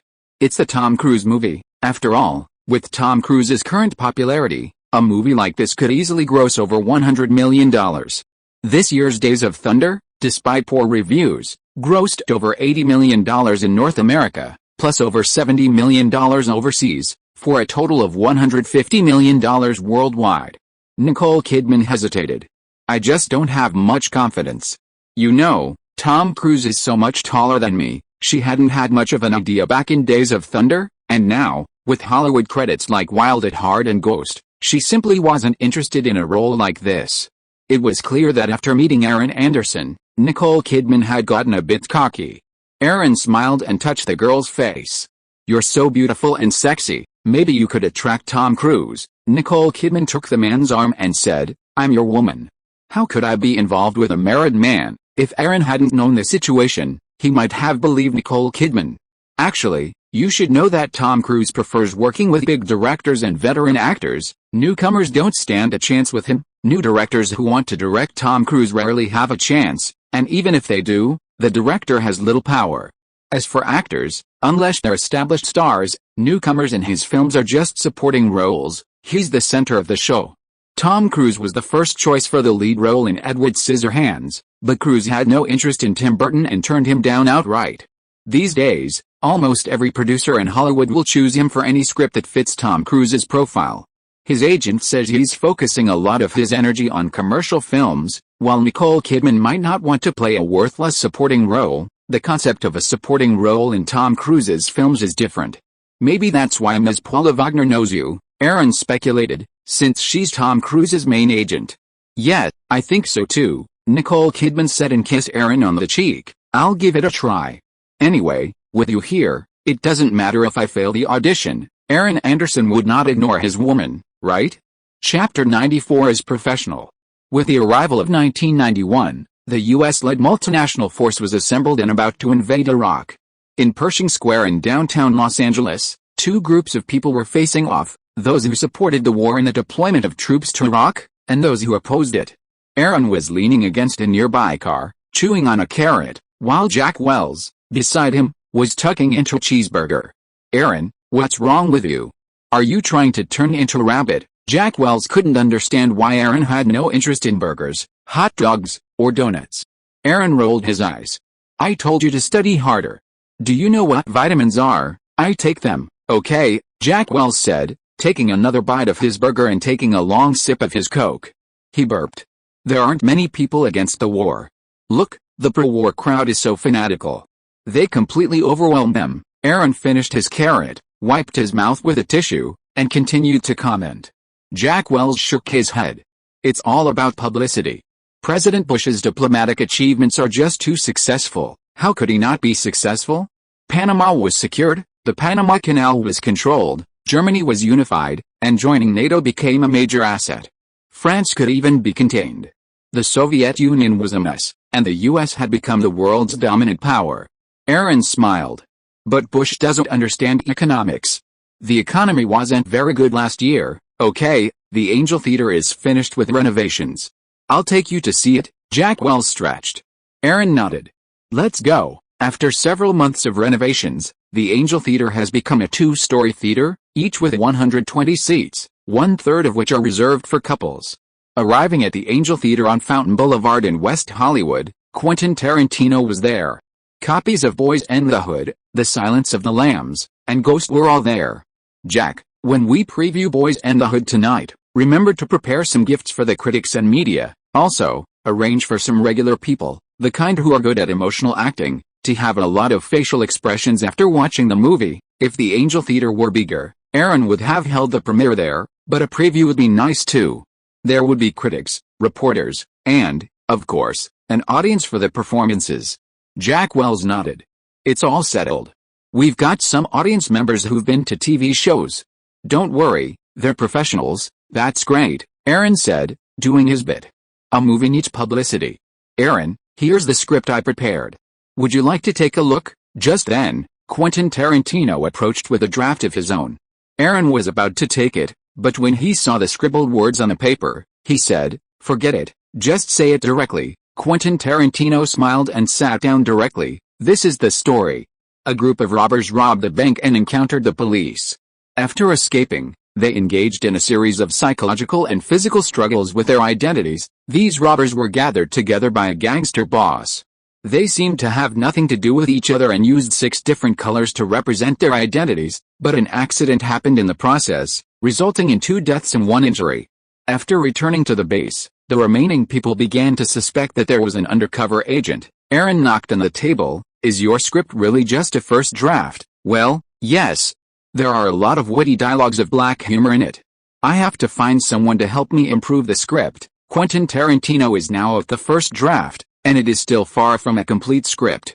"Okay, then you go ask Jessica for an advance of $100,000, finish the script first, and then we can discuss filming." "Okay, I have a friend, and we'll work together to improve the script." Quentin Tarantino certainly had no objection, and Jessica Parker was the financial officer of Dawn Pictures. "By the way, do you have a name for the movie?" "Yes, it's called Reservoir Dogs." "Reservoir Dogs?" Jack Wells looked puzzled. "What does it mean? What does it mean?" Quentin Tarantino smiled and spread his hands. "It's mainly because I like the old movie Straw Dogs directed by Sam Peckinpah, and there's also a French Reservoir movie. It's a combination of the two, so I came up with this name." Not only was Jack Wells confused, but Aaron Anderson was also confused. Although Aaron didn't understand what Quentin was talking about, he nodded. "Yeah, I think the fame of Reservoir Dogs is pretty cool, too. To make a movie, you still have to write a complete script first. Well, it's true that a film genius like Quentin Tarantino is hard for outsiders to understand, so let's just stick to his way of doing things." That evening, at a bar in West Hollywood, Aaron ran into Keanu Reeves in River Phoenix. My Own Private Idaho had just wrapped filming in Portland. Filming is going smoothly. Next, we're going to Italy for location shooting, and the rest of the filming will be in Idaho. Keanu Reeves had starred in the comedy film Bill and Ted's Excellent Adventure series over the past 2 years, gaining some fame. His commercial appeal was much higher than River Phoenix's, who had been working in low-budget art films. Of course, Keanu Reeves's physique and looks couldn't compare to River Phoenix's. Acting, Keanu Reeves wasn't as good as River Phoenix, but in other areas, he was superior. Aaron nodded, raised his glass, and clinked it with the two men. My Own Private Idaho has a high artistic value, and director Gus Van Sant is very committed to this project. I guess filming won't be too fast. River Phoenix lit a cigarette. We love this movie too, and we want to show our best selves. Yeah, I'm going to the bathroom, Aaron said, unable to resist looking at the guy again. The smell of this cigarette was obviously spiked. After Aaron Anderson left, Keanu Reeves also lit a cigarette and took a deep puff, his expression confused. With a smile, he said, River, why don't you think Aaron likes this? Since they began filming My Own Private Idaho together, they had become close friends who could talk about anything. River Phoenix thought for a moment. I don't know the specific reason, but I heard that his father committed suicide on the Golden Gate Bridge 2 years ago. I think it must be the influence of these things. You know, if someone close to you dies because of this kind of thing, you will resist it from the bottom of your heart. Well, maybe. By the way, is Depp still in Los Angeles? River Phoenix shook his head. I haven't been in touch recently. He's busy promoting Edward Scissorhands. Edward Scissorhands was nominated for Best Actor in a Musical or Comedy at the Golden Globe Awards. On the other hand, after Aaron went to the bathroom to wash his face, he was speechless. These two guys probably can't survive without marijuana? Please collect, recommend, vote, monthly ticket, please support. Chapter 95 Polygram's Ambition. At the 48th Golden Globe Awards, Orion's Dances with Wolves emerged as the biggest winner. Kevin Costner, in his directorial and acting debut, won both Best Picture and Best Director in the drama category. Kevin Costner's competition was formidable, including Martin Scorsese's Goodfellas and Francis Ford Coppola's The Godfather Part 3. Orion, we can hang on for a while longer, Aaron mused, leaning back on the sofa in his West Hollywood apartment. Dances with Wolves has already grossed over $90 million at the North American box office and was the biggest winner at the Golden Globes. Its upcoming Oscars are also a formidable prospect. Kathy Bates also won Best Actress in a Drama for Dangerous Days. Nicole Kidman approached, poured a glass of champagne, and handed it to Aaron. He took a sip. Is there something good about this? 2 days ago, the U.S.-led multinational force officially invaded Iraq. Nicole Kidman smiled. Aren't Kevin Costner and Kathy Bates both major players in Ghost? Aaron nodded. Indeed, the more popular Kevin Costner is, the better it will be for Ghost, which is set to be released this summer. Didn't you say you were going to audition for Tom Cruise's Far and Away? Aaron inquired. Nicole Kidman shook her head. The director and producers don't decide who gets the lead actress. Tom Cruise does. My agent said I didn't even make it to the final round of auditions. Is it because of my height? Nicole Kidman nodded, her voice clear. That's fine, she's just a pretty face anyway. Even a pretty face isn't that noticeable in Tom Cruise's films. Who remembers the heroines in Days of Thunder and Rain Man? Aaron shook his head. After Ghost comes out this year, you'll have no shortage of scripts. Even if you can't compare to Julia Roberts, it'll be enough to make you an overnight star. Julia Roberts also won the Golden Globe for Best Actress in a Musical or Comedy for Pretty Woman. As for scripts, she's been flooded with offers. By the way, did you pay any attention to the just concluded St. Denis Film Festival? Nicole Kidman asked affectionately, settling into the man's arms. Not much. There aren't many new directors worth cultivating. Since Dawn Pictures was just starting out, they definitely wanted to work with emerging directors, and the St. Denis Film Festival was a great way to discover them. What about Poison, which won the Best Film Award at the St. Denis Film Festival? It has a high artistic value, Aaron thought and stroked the thigh of the girl in his arms for a few times. It only has artistic value, not much commercial value. It's just a controversial new queer movie. Poison is similar to My Own Private Idaho, but there are not many stars, and the scale is also beyond the R rating. Poison is truly a solid independent film, primarily telling the sexual stories of three men. The first, told in a documentary style, tells the story of a masochistic boy who, upon witnessing his mother being beaten by his father, shoots and kills his father before fleeing and disappearing. The second follows a scientist who accidentally drinks a refined liquid, causing his skin to rot. The rot spreads to everyone who comes into contact with him. Despite his unwavering loyalty, his female assistant dies of the infection, and the scientist himself eventually dies. The third follows a homosexual prison inmate who reminisces about the abuse of men he witnessed in his past. After several encounters, he sexually assaults one of the inmates. All three stories revolve around sex, the boy's abuse, the scientist's refined liquid, and the inmate's explicit homosexuality. While the film's themes are somewhat ambiguous, it's clear that the director's poison is about sex. It's a film that will only get a limited release, so I'm certainly not interested. NC-17 rated work. That kind of art isn't what Aaron wants. Furthermore, Quentin Tarantino is currently developing Reservoir Dogs, and Daw Pictures has already collaborated with new directors David Fincher and John Singleton. It's absolutely necessary to find a new director to make the film. Edward Zwick, director of Ghost, and Jonathan Demme, director of The Silence of the Lambs, are also considered by Aaron. Following its Golden Globes, Dances with Wolves shown at the Directors Guild and Producers Guild Awards, as well as various American Film Critics Awards. The National Society of Film Critics, the National Board of Review, the Los Angeles Film Critics Society, the New York Film Critics Circle, and the Boston Society of Film Critics are collectively known as the 5 major film critics societies in the United States. Together with the Golden Globes, the British Academy Awards, and the 2 major Guild Awards, they are all important indicators of the Oscars. That evening, Polygram hosted a party at the Marmont Hotel in West Hollywood, marking the official opening of its Los Angeles office responsible for developing Hollywood films. Congratulations, Michael. This move by Polygram signals its commitment to independent development of American films. Michael Kuhn smiled. Polygram has been involved in several Hollywood films, and now it's just getting on track. Wild at Heart, Barton Fink, and my own private Idaho all at Polygram investment. Let me introduce you to someone. Michael Kuhn introduced Paul Webster, the head of Polygram USA, to Aaron Anderson. Mr. Anderson, good evening. Paul Webster raised his glass and clinked it with Aaron. Aaron nodded slightly and said with a smile, just call me Aaron. Sue Guang and Polygram have a partnership, and we can continue to work together in the future. Aaron later learned that Paul Webster was already developing Tim Robbins' debut film, Bob Roberts, which would be directed and starred by Paramount. Although Bob Roberts was a low-budget political comedy, it also marked Polygram's official entry into independent film production in the United States. As they left, Aaron downed his glass of wine in one gulp, muttering to himself, does Polygram really want to make a breakthrough in the film business? These days, foreign film companies primarily participate in investment, while production still relies heavily on American film companies. Aaron shook his head. Hollywood has never been afraid of competition.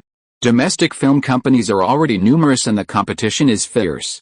As for foreign companies, the difficulties they face are even greater.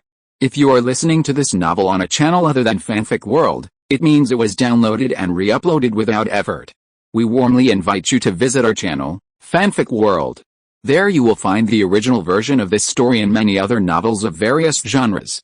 We look forward to seeing you dive into a world of incredible novels. Chapter 96, Give You a Full Body Check. Aaron wasn't impressed by Polygram's Los Angeles office. Just look at Golden Harvest, Hong Kong's film giant. They entered Hollywood in the 1980s and paid a heavy price. Did they achieve success with Teenage Mutant Ninja Turtles, the film they promote, featuring Asia's top superstar, Jack Cheng? Furthermore, Hong Kong films are second only to Hollywood in exports, and the production capabilities far surpass those of the UK. The current state of British cinema is truly remarkable. The UK has introduced numerous film subsidies and tax rebates to attract Hollywood productions, hoping to cultivate British film talent. Aaron also ran into actor Tim Robbins at the Chateau Marmont, but his only memory of him was The Shawshank Redemption. Hi, Mr. Anderson, I'm surprised to see you here. Suddenly, a woman approached Aaron. It was Salma Hayek, the Mexican woman he'd met 2 months prior. Oh, it's you. Aaron did remember her, but he hadn't contacted her. Who knew they'd run into her again? Yes, Salma Hayek said, delighted to see Aaron Anderson. After their last meeting, she'd already made inquiries about him. He was quite the talent. I'd like to buy you a drink as an apology for causing your car to break down last time. Is that okay? Aaron looked at her. Salma Hayek looks stunning tonight, in a black, tight skirt and white shirt, showcasing her impressive figure. He nodded. Let's go. Soon, the two of them arrived at a nearby bar. Aaron leaned back on the sofa, thinking about Mexico. I don't think I've ever been there. Isn't that a shame? Salma Hayek smiled. You can go anytime you want. The southern beaches of Mexico are perfect for a vacation right now. Are drug traffickers rampant in Mexico? Aaron inquired. Salma Hayek was stunned, then explained, go to a tourist city. The security is good. Just don't go to the slums, okay? Just kidding. Aaron raised his glass and clinked it with the other party. A Mexican woman coming to Hollywood to develop. You are very brave. Besides, you dare to ask me to come to the bar. Are you a sheep walking into the tiger's mouth? Salma Hayek shook her head. The situation is different. The look in my eyes is different from many other men. Last time at the door of the Comedy Store, it was a producer who wanted to take off my clothes, so I ran away. What's the difference?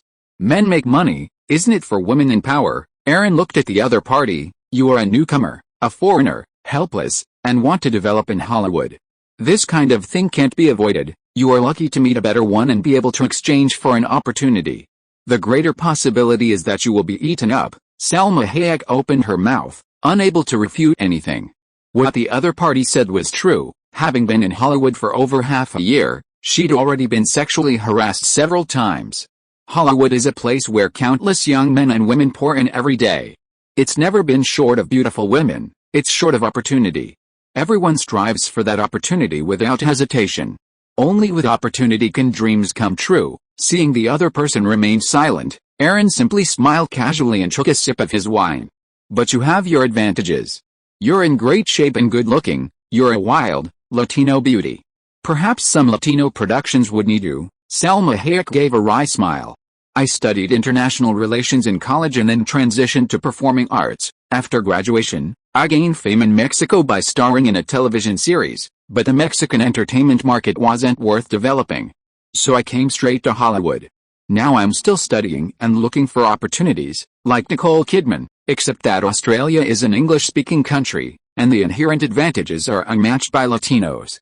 Aaron, let's go dancing. Salma Hayek stopped thinking about it. She just wanted to deepen her relationship with Aaron Anderson.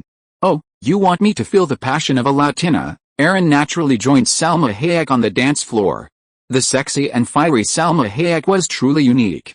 Feeling the woman's eagerness in his arms, Aaron chuckled and said, Salma, I can't stand the test of you like this. Salma Hayek nuzzled into the man's arms, then reached out to touch Aaron's face. Don't you like it? Aaron lowered his head and kissed the woman in his arms, and Salma Hayek enthusiastically returned the kiss. Soon, the two kissed passionately in a corner of the bar. Aaron felt the fullness of the woman's breasts through her open shirt. He leaned close to her ear and whispered, they're at least a D, right? Have they had any fillers? Salma Hayek's lips parted slightly, feeling the man's breath. 36D. Real breasts, nothing fake. Do you want a closer look? Aaron smiled. Yeah, good idea. I'll give you a full body check tonight. At night, in the Sunset Marcus Hotel in West Hollywood, Aaron lay on Salma Hayek's bed, his breathing a little erratic. You have a great body. There's nothing wrong. Then, he rolled over. Salma Hayek, panting beside him, slumped weakly over him, smiling. Aaron, how are you feeling? I feel like I just saw God. Very good, Aaron said, feeling the woman's 36D breasts. They were indeed more impressive than Jennifer Connelly's. Besides, this woman also knows how to talk. Although Aaron is indeed very powerful, he also likes to hear women talk like this. Salma Hayek smiled and kissed the man on the face a few times. I live in North Hollywood, not far from Burbank. You can come to me anytime. She knew that Dawn Pictures was on Victory Boulevard in Burbank. Don't you have a boyfriend? No, you're the first man I've had since coming to America. Right now, I'm focused on my career and don't have time for a boyfriend. Really? Aaron exhaled. It's a pity I'm new here and don't have any projects on hand, otherwise I could help you. Yeah, it's okay. I believe you, Salma Hayek said, hugging the man's waist tightly. I've always had a dream, which is to make a biography of the Mexican painter Frida Kahlo. Right now, I'm also working hard on my acting skills. I hope to make it happen in the future. Aaron smiled and reached out to touch Salma Hayek. Are you thinking of becoming a producer yourself? Not really. I mainly want to play the painter. That dream isn't difficult to achieve. If the script is good, we can get the funding, Aaron thought. Biopics are produced every year, and this type of work is easily favored by Oscars. It's still too far away. I'm still a complete newcomer in Hollywood, Salma Hayek said with a positive attitude. Well, don't worry, there's a chance. I'm still optimistic about you, Salma Hayek nodded, and then took the initiative to kiss the man. Chapter 97 Good Opportunity, don't miss it. In the morning, in a hotel room, Aaron woke up with Salma Hayek in his arms. While you're studying acting, you'd better change your accent. It's hard for Latinos to get roles. Yeah, I know, Salma Hayek leaned against the man's chest. Remember to call me when you have time, don't worry, you're so attractive, I wouldn't want to let you go. I'll consider you when the right role comes up at dawn, Aaron said, patting the person in his arms. Salma Hayek smiled and whispered something in the man's ear, but Aaron rolled over and pushed her down, covering her lips. Aaron thought his night with Salma Hayek was quite good. At least her figure was really good. However, Aaron didn't take it too seriously. If the right role came along, he would recommend her. At Dawn Pictures, Aaron hired a marketing manager, Brad Gray, 33 years old, a marketing expert. You're familiar with the company's situation. Boys and the Hood is coming out in March, The Silence of the Lambs in April, and Ghost in June. All of these are collaborations with Sony. As for my own private Idaho, the distributor is Legacy Entertainment. It's an art form, so the release shouldn't be very large. Brad Gray's main focus now is coordinating the distribution of these films. Understood. That afternoon, Esther Beckett came to Aaron's office. There's a novel called Forrest Gump, which was published a few years ago and hasn't sold very well. We've asked the production department to buy the film rights. Aaron thought of The Shawshank Redemption and this film immediately came to mind.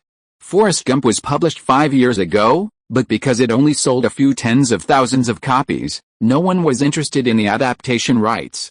This is such a good opportunity, and they absolutely can't miss it. Forrest Gump, okay, Esther Beckett said, and then she left. Aaron leaned back in his chair, drumming his fingers on the table. The Shawshank Redemption, based on Stephen King's novella, Rita Hayworth and The Shawshank Redemption, was a prison film, lacking any high-octane action or romantic drama, making it a low-stakes film. Aaron knew, however, that it had a low box office, only becoming a huge hit thanks to the release of DVDs. But it was undeniably a good film, with powerful themes about humanity, redemption, and perseverance.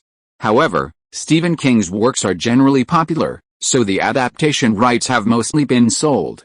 At Sony Studios in Culver City, the cast of The Silence of the Lambs had come to take a promotional photo shoot. Director Jonathan Demme, actors Anthony Hopkins, Jodie Foster, Scott Glenn, and Ted Levine were all present. Aaron and Jonathan Demme stood together, watching Anthony Hopkins nearby. They couldn't help but laugh. Anthony's Hannibal is absolutely going to be a classic, they said. I absolutely love his elegance in prison, and his mask look. Buying this movie was definitely one of the best decisions I've ever made, Jonathan Demme echoed. You young people seem to really like these horror movie characters. Aaron crossed his arms and rubbed his bare chin. Hey, The Silence of the Lambs isn't just a simple horror film, it's more of a thriller, Jonathan Demme nodded. I hope it does well, I will, Aaron said, patting Jonathan Demme on the shoulder. Orion will definitely regret this decision when it's released. Do you regret it? Jonathan Demme shook his head. Aaron. You didn't know that Orion not only sold The Silence of the Lambs, but also prepared to sell another work that is currently being filmed, The Addams Family. Orion is in contact with Paramount, preparing to sell the unfinished The Addams Family to Paramount. Aaron frowned. I heard that the budget is $30 million. Is Orion really willing to do that? Well, it's Orion's most expensive movie, mainly because Dances with Wolves is a long-term screening, and the repayment speed is too slow, and the sale of The Silence of the Lambs is not enough to fill the hole. If we could sell The Silence of the Lambs before, of course we can sell The Addams Family now. There is no way. Orion doesn't have any valuable works on hand now. The Silence of the Lambs and The Addams Family are relatively high investments and are worth some money. The Addams Family, based on a 1930s comic book, is a dark family comedy directed by newcomer Barry Sonnenfeld. This is his directorial debut. Barry Sonnenfeld, a former cinematographer for the Coen brothers, has extensive experience with noir genre. Tim Burton was originally approached to direct The Addams Family, but the two sides disagreed. What a shame. The Addams Family should be wrapping up soon, right? Aaron, if he had the money, would also like to buy The Addams Family. We've shot about 3/4 of it, and Paramount offered a good price. $22 million for North American distribution and production rights, Jonathan Demme explained. After all, Columbia TriStar holds the international distribution rights for The Addams Family. $22 million for North American distribution rights is about right. Unsurprisingly, Sony's offer is likely to be less than Paramount's. Orion was on the verge of filing for bankruptcy protection last year, selling The Silence of the Lambs and The Addams Family in quick succession to weather the crisis.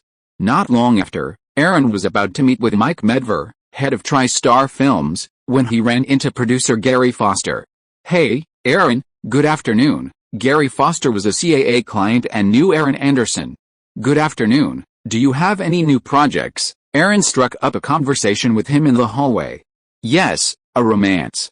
TriStar Films bought the script last May, but after the adaptation, they're still not satisfied," Gary Foster said, a look of frustration on his face. Aaron shrugged. "The average film's prep period is 2 to 3 years, and Sony has a ton of projects these days. Getting them to invest in a regular script isn't easy. Projects with big directors, big stars, and grand scenes are still a good option for Sony. Of course, if you're financing your own film, it's easier to negotiate with them for distribution." Gary Foster glanced at Aaron and suddenly asked, "My script is a romance. Are you interested?" Last year, Dawn Pictures invested nearly $20 million to produce the fantasy romance Ghost. Gary Foster had a romantic drama on his hands, so that budget would be enough. Perhaps Aaron Anderson would be interested? A romance, Aaron nodded. Romance films are cheap to produce, so they're a good fit for Dawn Pictures. "Send the script to Dawn and I'll take a look." "Okay, I'll have someone send it to you as soon as possible." Chapter 98 Animation Overlord. Aaron sat in his office chair at Dawn Pictures, a copy of the San Francisco Chronicle spread out on his desk. Disney's animated film The Little Mermaid had sold 9 million videotapes. Is animation really that profitable? Aaron's heart raced uncontrollably. A standard videotape cost $19.90. Selling 9 million copies meant nearly $180 million in sales. After deducting various costs, Disney earned at least half that much, plus rental income, laserdisc sales, and so on. The Little Mermaid had also been released during the Christmas season 2 years prior, grossing $110 million in North America and $220 million worldwide.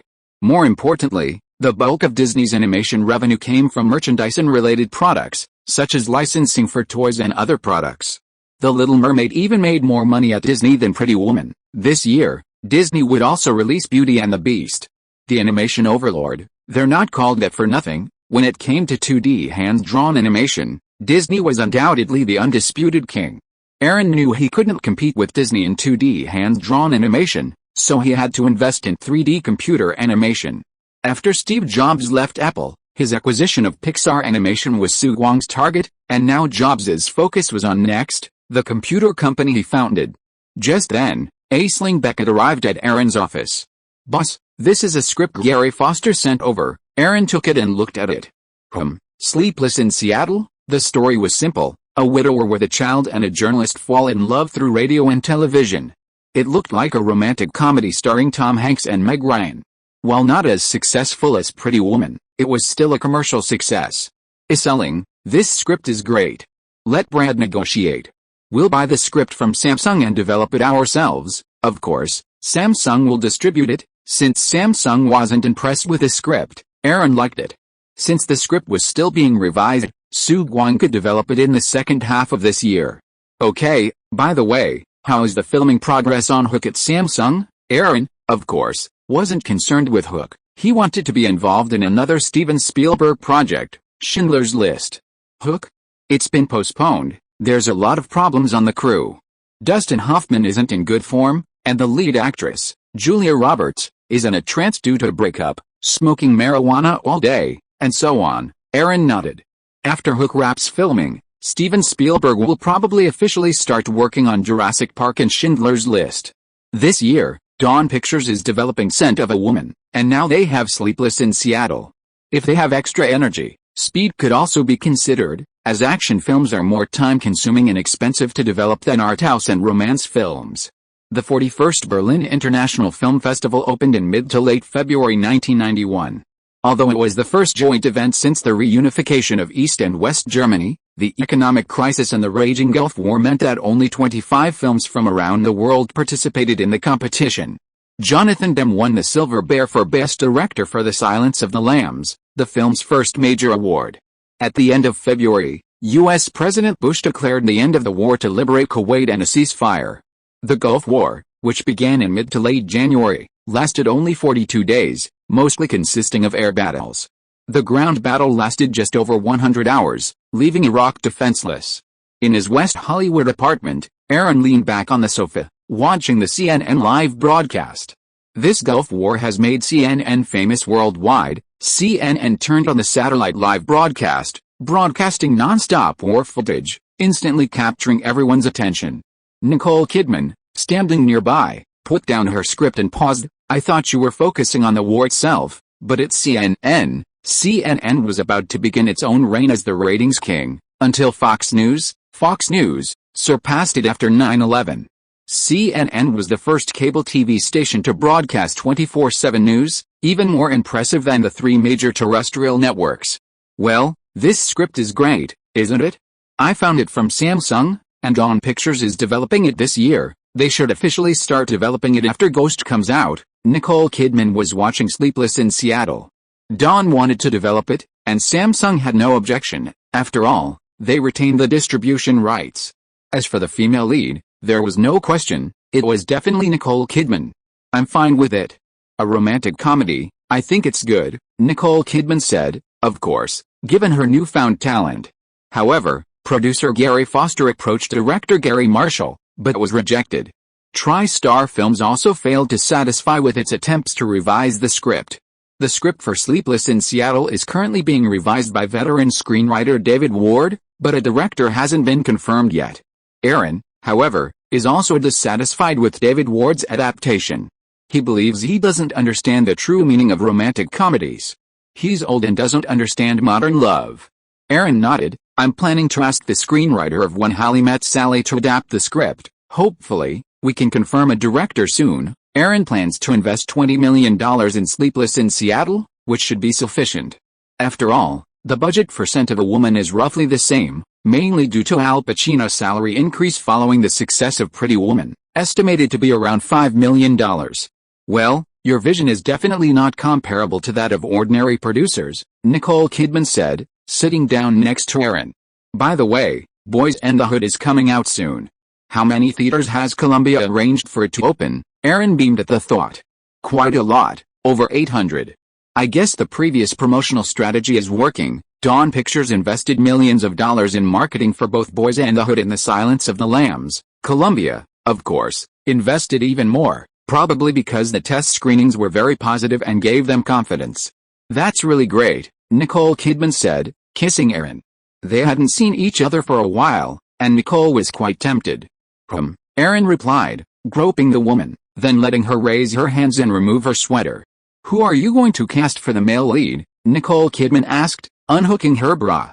"Let's decide on a director first," Aaron said, pushing the woman onto the sofa. As for Tom Hanks, the original lead actor for Sleepless in Seattle, he was a good choice, but it was a little early. "Don't tell me, do you have any recommendations?" Nicole Kidman smiled as she hugged the man on her body. "Do you want to try it?" Aaron's eyes widened. "Are you going to throw $20 million into the Pacific Ocean, in the future? Aaron might make hundreds of thousands of dollars every minute. To be an actor? Being pointed at and criticized by others, Aaron must be crazy to have such an idea." Yesterday, it seems the chapter was reviewed and released today. It's quite interesting. Chapter 99 Violent Law Enforcement. "Give me 5 to 7 weeks to adapt this script." In the conference room at Dawn Pictures, Nora Ephron spoke quickly after reading the script for Sleepless in Seattle. After screenwriters Jeff Akey and David Ward, it was Ephron's turn. Gary Foster and Aaron Anderson glanced at each other. Of course, it was a no-brainer. Nora Ephron excelled at adapting romantic comedies, having already proven her abilities with Heartfire and When Harry Met Sally. Aaron glanced at her. "Actually, Ms. Ephron wants to direct a movie, right?" Nora Ephron nodded. "She's written several scripts, worked as an assistant director, and produced. She's definitely ready to start her own directing career." Aaron was never afraid to hire a new director. "If your directing plan impresses us, then Sleepless in Seattle could be your directorial debut," While asking Nora Ephron to adapt Sleepless in Seattle was fine, Gary Foster suggested she direct directly. Aaron was receptive. Nora Ephron's eyes lit up, and she nodded. In mid-March, Boys and the Hood officially opened in 829 theaters. Bang! SHH, that hurts. In a Sports Center ring, Jack Wells was sent flying by Aaron's punch. Ha ha ha, watch this. 20 years of power in this one punch. How can you block it? Aaron said, removing his gloves and wiping his sweat with a towel.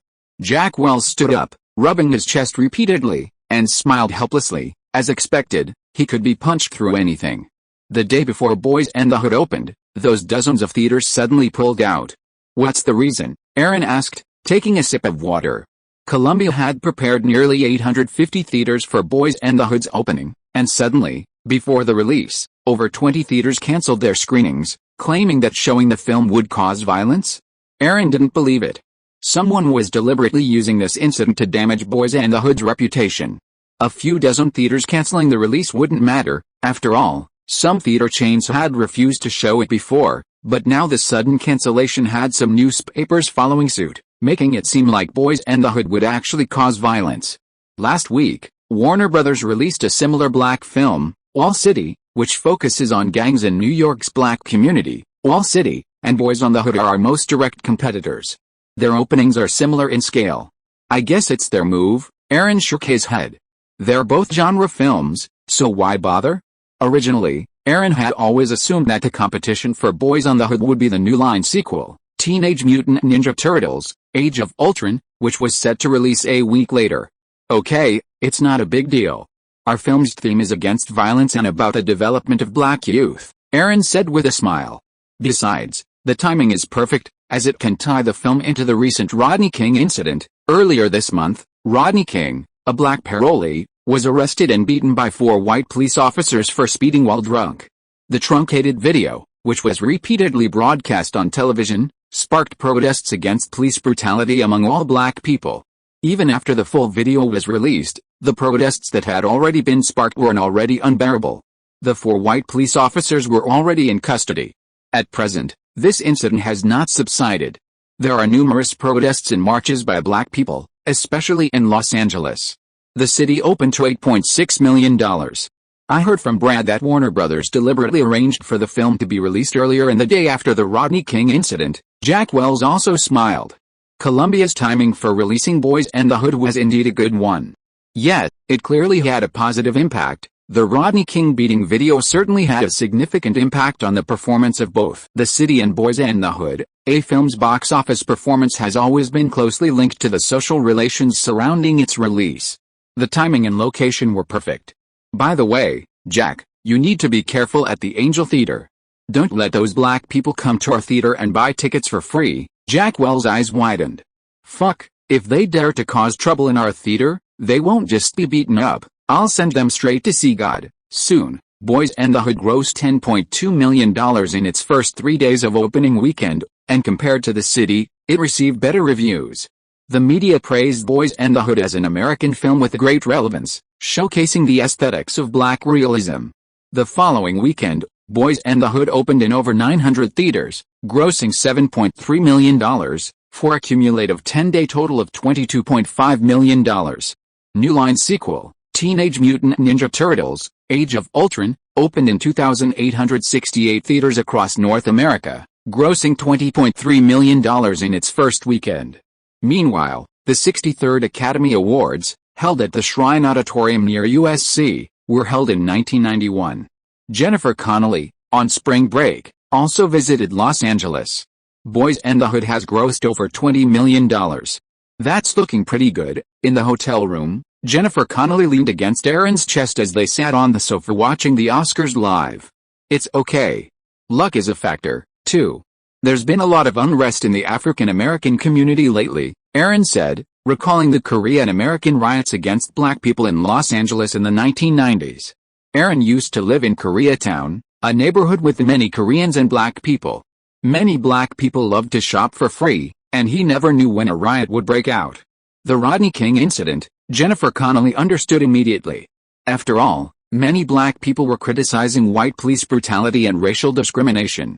Aaron nodded and continued, I'm looking forward to The Silence of the Lambs, which opens next month. Boys and the Hood had a ceiling of around $50 to $60 million, and the international distribution rights had already been sold out. But The Silence of the Lambs was different. This was a film Aaron valued, aiming for a North American box office of over $100 million. The only other competitor to The Silence of the Lambs at the time was Warner Brothers' low-budget noir action film, For Justice, starring Steven Seagal. The Silence of the Lambs didn't seem to have any serious competition. Really? It's a horror movie, right? Are you so confident? Jennifer Connelly was puzzled. Furthermore, while lead actress Jodie Foster was famous and an Oscar winner, she hadn't really had any commercial hits.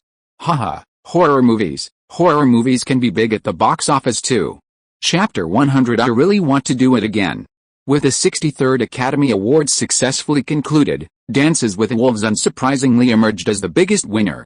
Kevin Costner shot to fame, not only winning Best Director in his directorial debut, but also Best Picture.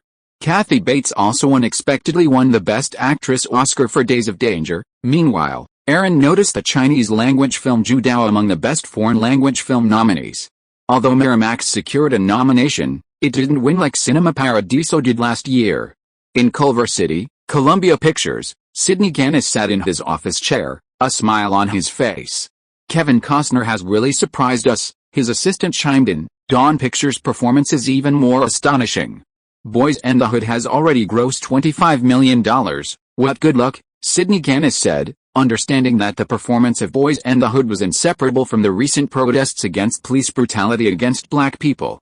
Looks like we need to pay more attention to Ghost and increase the marketing budget. Kevin Costner is currently at the peak of his popularity, and the newly crowned Oscar winner is also the film's supporting actress. Sidney Gannis is increasingly confident in Xu Guang's Ghost. Mr. Gannis, if Aaron Anderson's vision is really that good, perhaps we should deepen our partnership with him. Sidney Gannis glanced at his assistant. Do you mean signing an exclusive distribution agreement with him? Then, he shook his head. It's difficult. You can tell by the way Aaron does things. He likes to have complete control over his projects. He doesn't care whether he can get funding from distributors to make the film. With his current resume, he won't have any trouble finding distributors, but we have to give it a try anyway. Sony Pictures Entertainment is in a state of chaos. Sony Pictures, Columbia Pictures, and TriStar Pictures are all spending money recklessly, with no regard for the film's profits or losses. This is truly terrifying. Furthermore, John Peters, one of the two executives currently in charge of Sony Pictures Entertainment, is embroiled in scandals.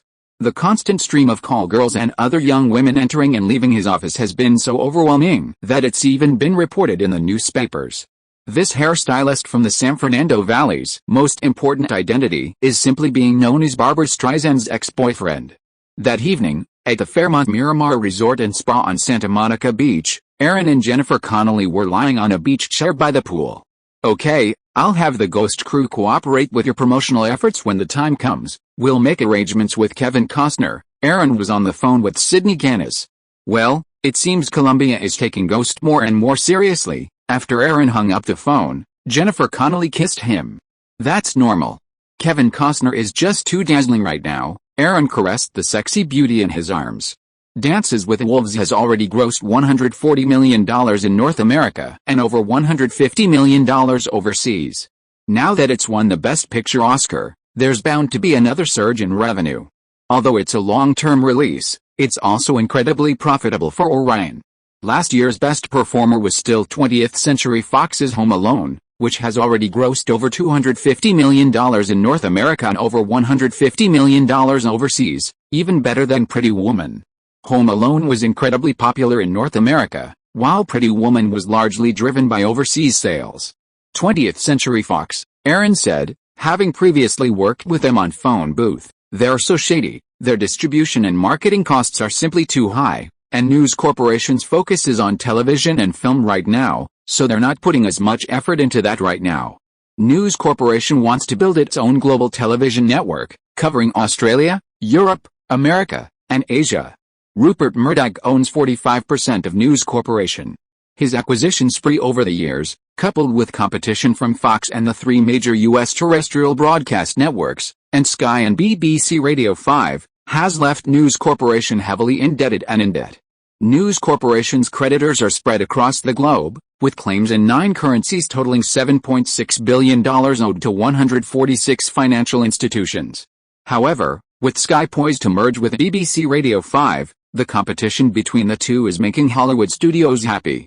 Speaking of Home Alone, you probably remember Fantastic Bliss, right? BBC Radio 5 will be released at the end of this month, and it was produced by the same producer as BBC Radio 5, John Hughes. Aaron had previously persuaded Jennifer Connelly to turn down the role. Did she regret it? No, they're different genres. One's a Christmas family comedy, the other's a teen romance. Besides, last year's high point proves your taste. Jennifer Connelly smiled and nuzzled into the man's chest. Aaron, in response to the teasing, kissed the woman directly, unhooking her bikini and feeling the 34D. Elsewhere, in the Angel Theater offices on Fountain Boulevard in West Hollywood, Jack Wells poured a glass of champagne for John Singleton, the director of Boys and the Hood. John, come on, have a drink. Our Boys and the Hood is already a success, don't worry. John Singleton smiled and put down the audience survey report in his hand. First film, you always have to be a little nervous. Besides, some newspapers say our film promotes violence, and there are criticisms from veteran Hollywood actors. Take a look. John Singleton handed Jack Wells a newspaper article about Warren Beatty's criticism of Boys and the Hood. Jack Wells took it and took a look. It was indeed an interview with Empire magazine in which Warren Beatty criticized Boys and the Hood. He scratched himself in anger. Was this guy a bit haunted? Don't worry, Jack. Most media outlets and film critics have given Boys and the Hood positive reviews. John Singleton consoled him. Movies are always subject to criticism, especially from a Hollywood actor. Jack Wells took a sip of wine. You should know, John, Warren Beatty and Aaron don't get along, like flies, always flying around my ears from time to time, which is a bit annoying. John Singleton smiled. Of course I know. There was a comparison between the movies Dick Tracy and Pretty Woman that made Warren Beatty lose all his face. Jack Wells disdainfully, still face? The streaking scandal between him and that French actress was embarrassing enough for him, but this guy has no shame. Well, Jack Wells really wants to do the kind of work again. End of this chapter. Thank you so much for reading until the end. Don't forget to give it a like. Looking for more exclusive content and immediate access? Subscribe to our Patreon. Remember, every like, subscription or donation encourages us to continue. Thank you all. See you in the next video.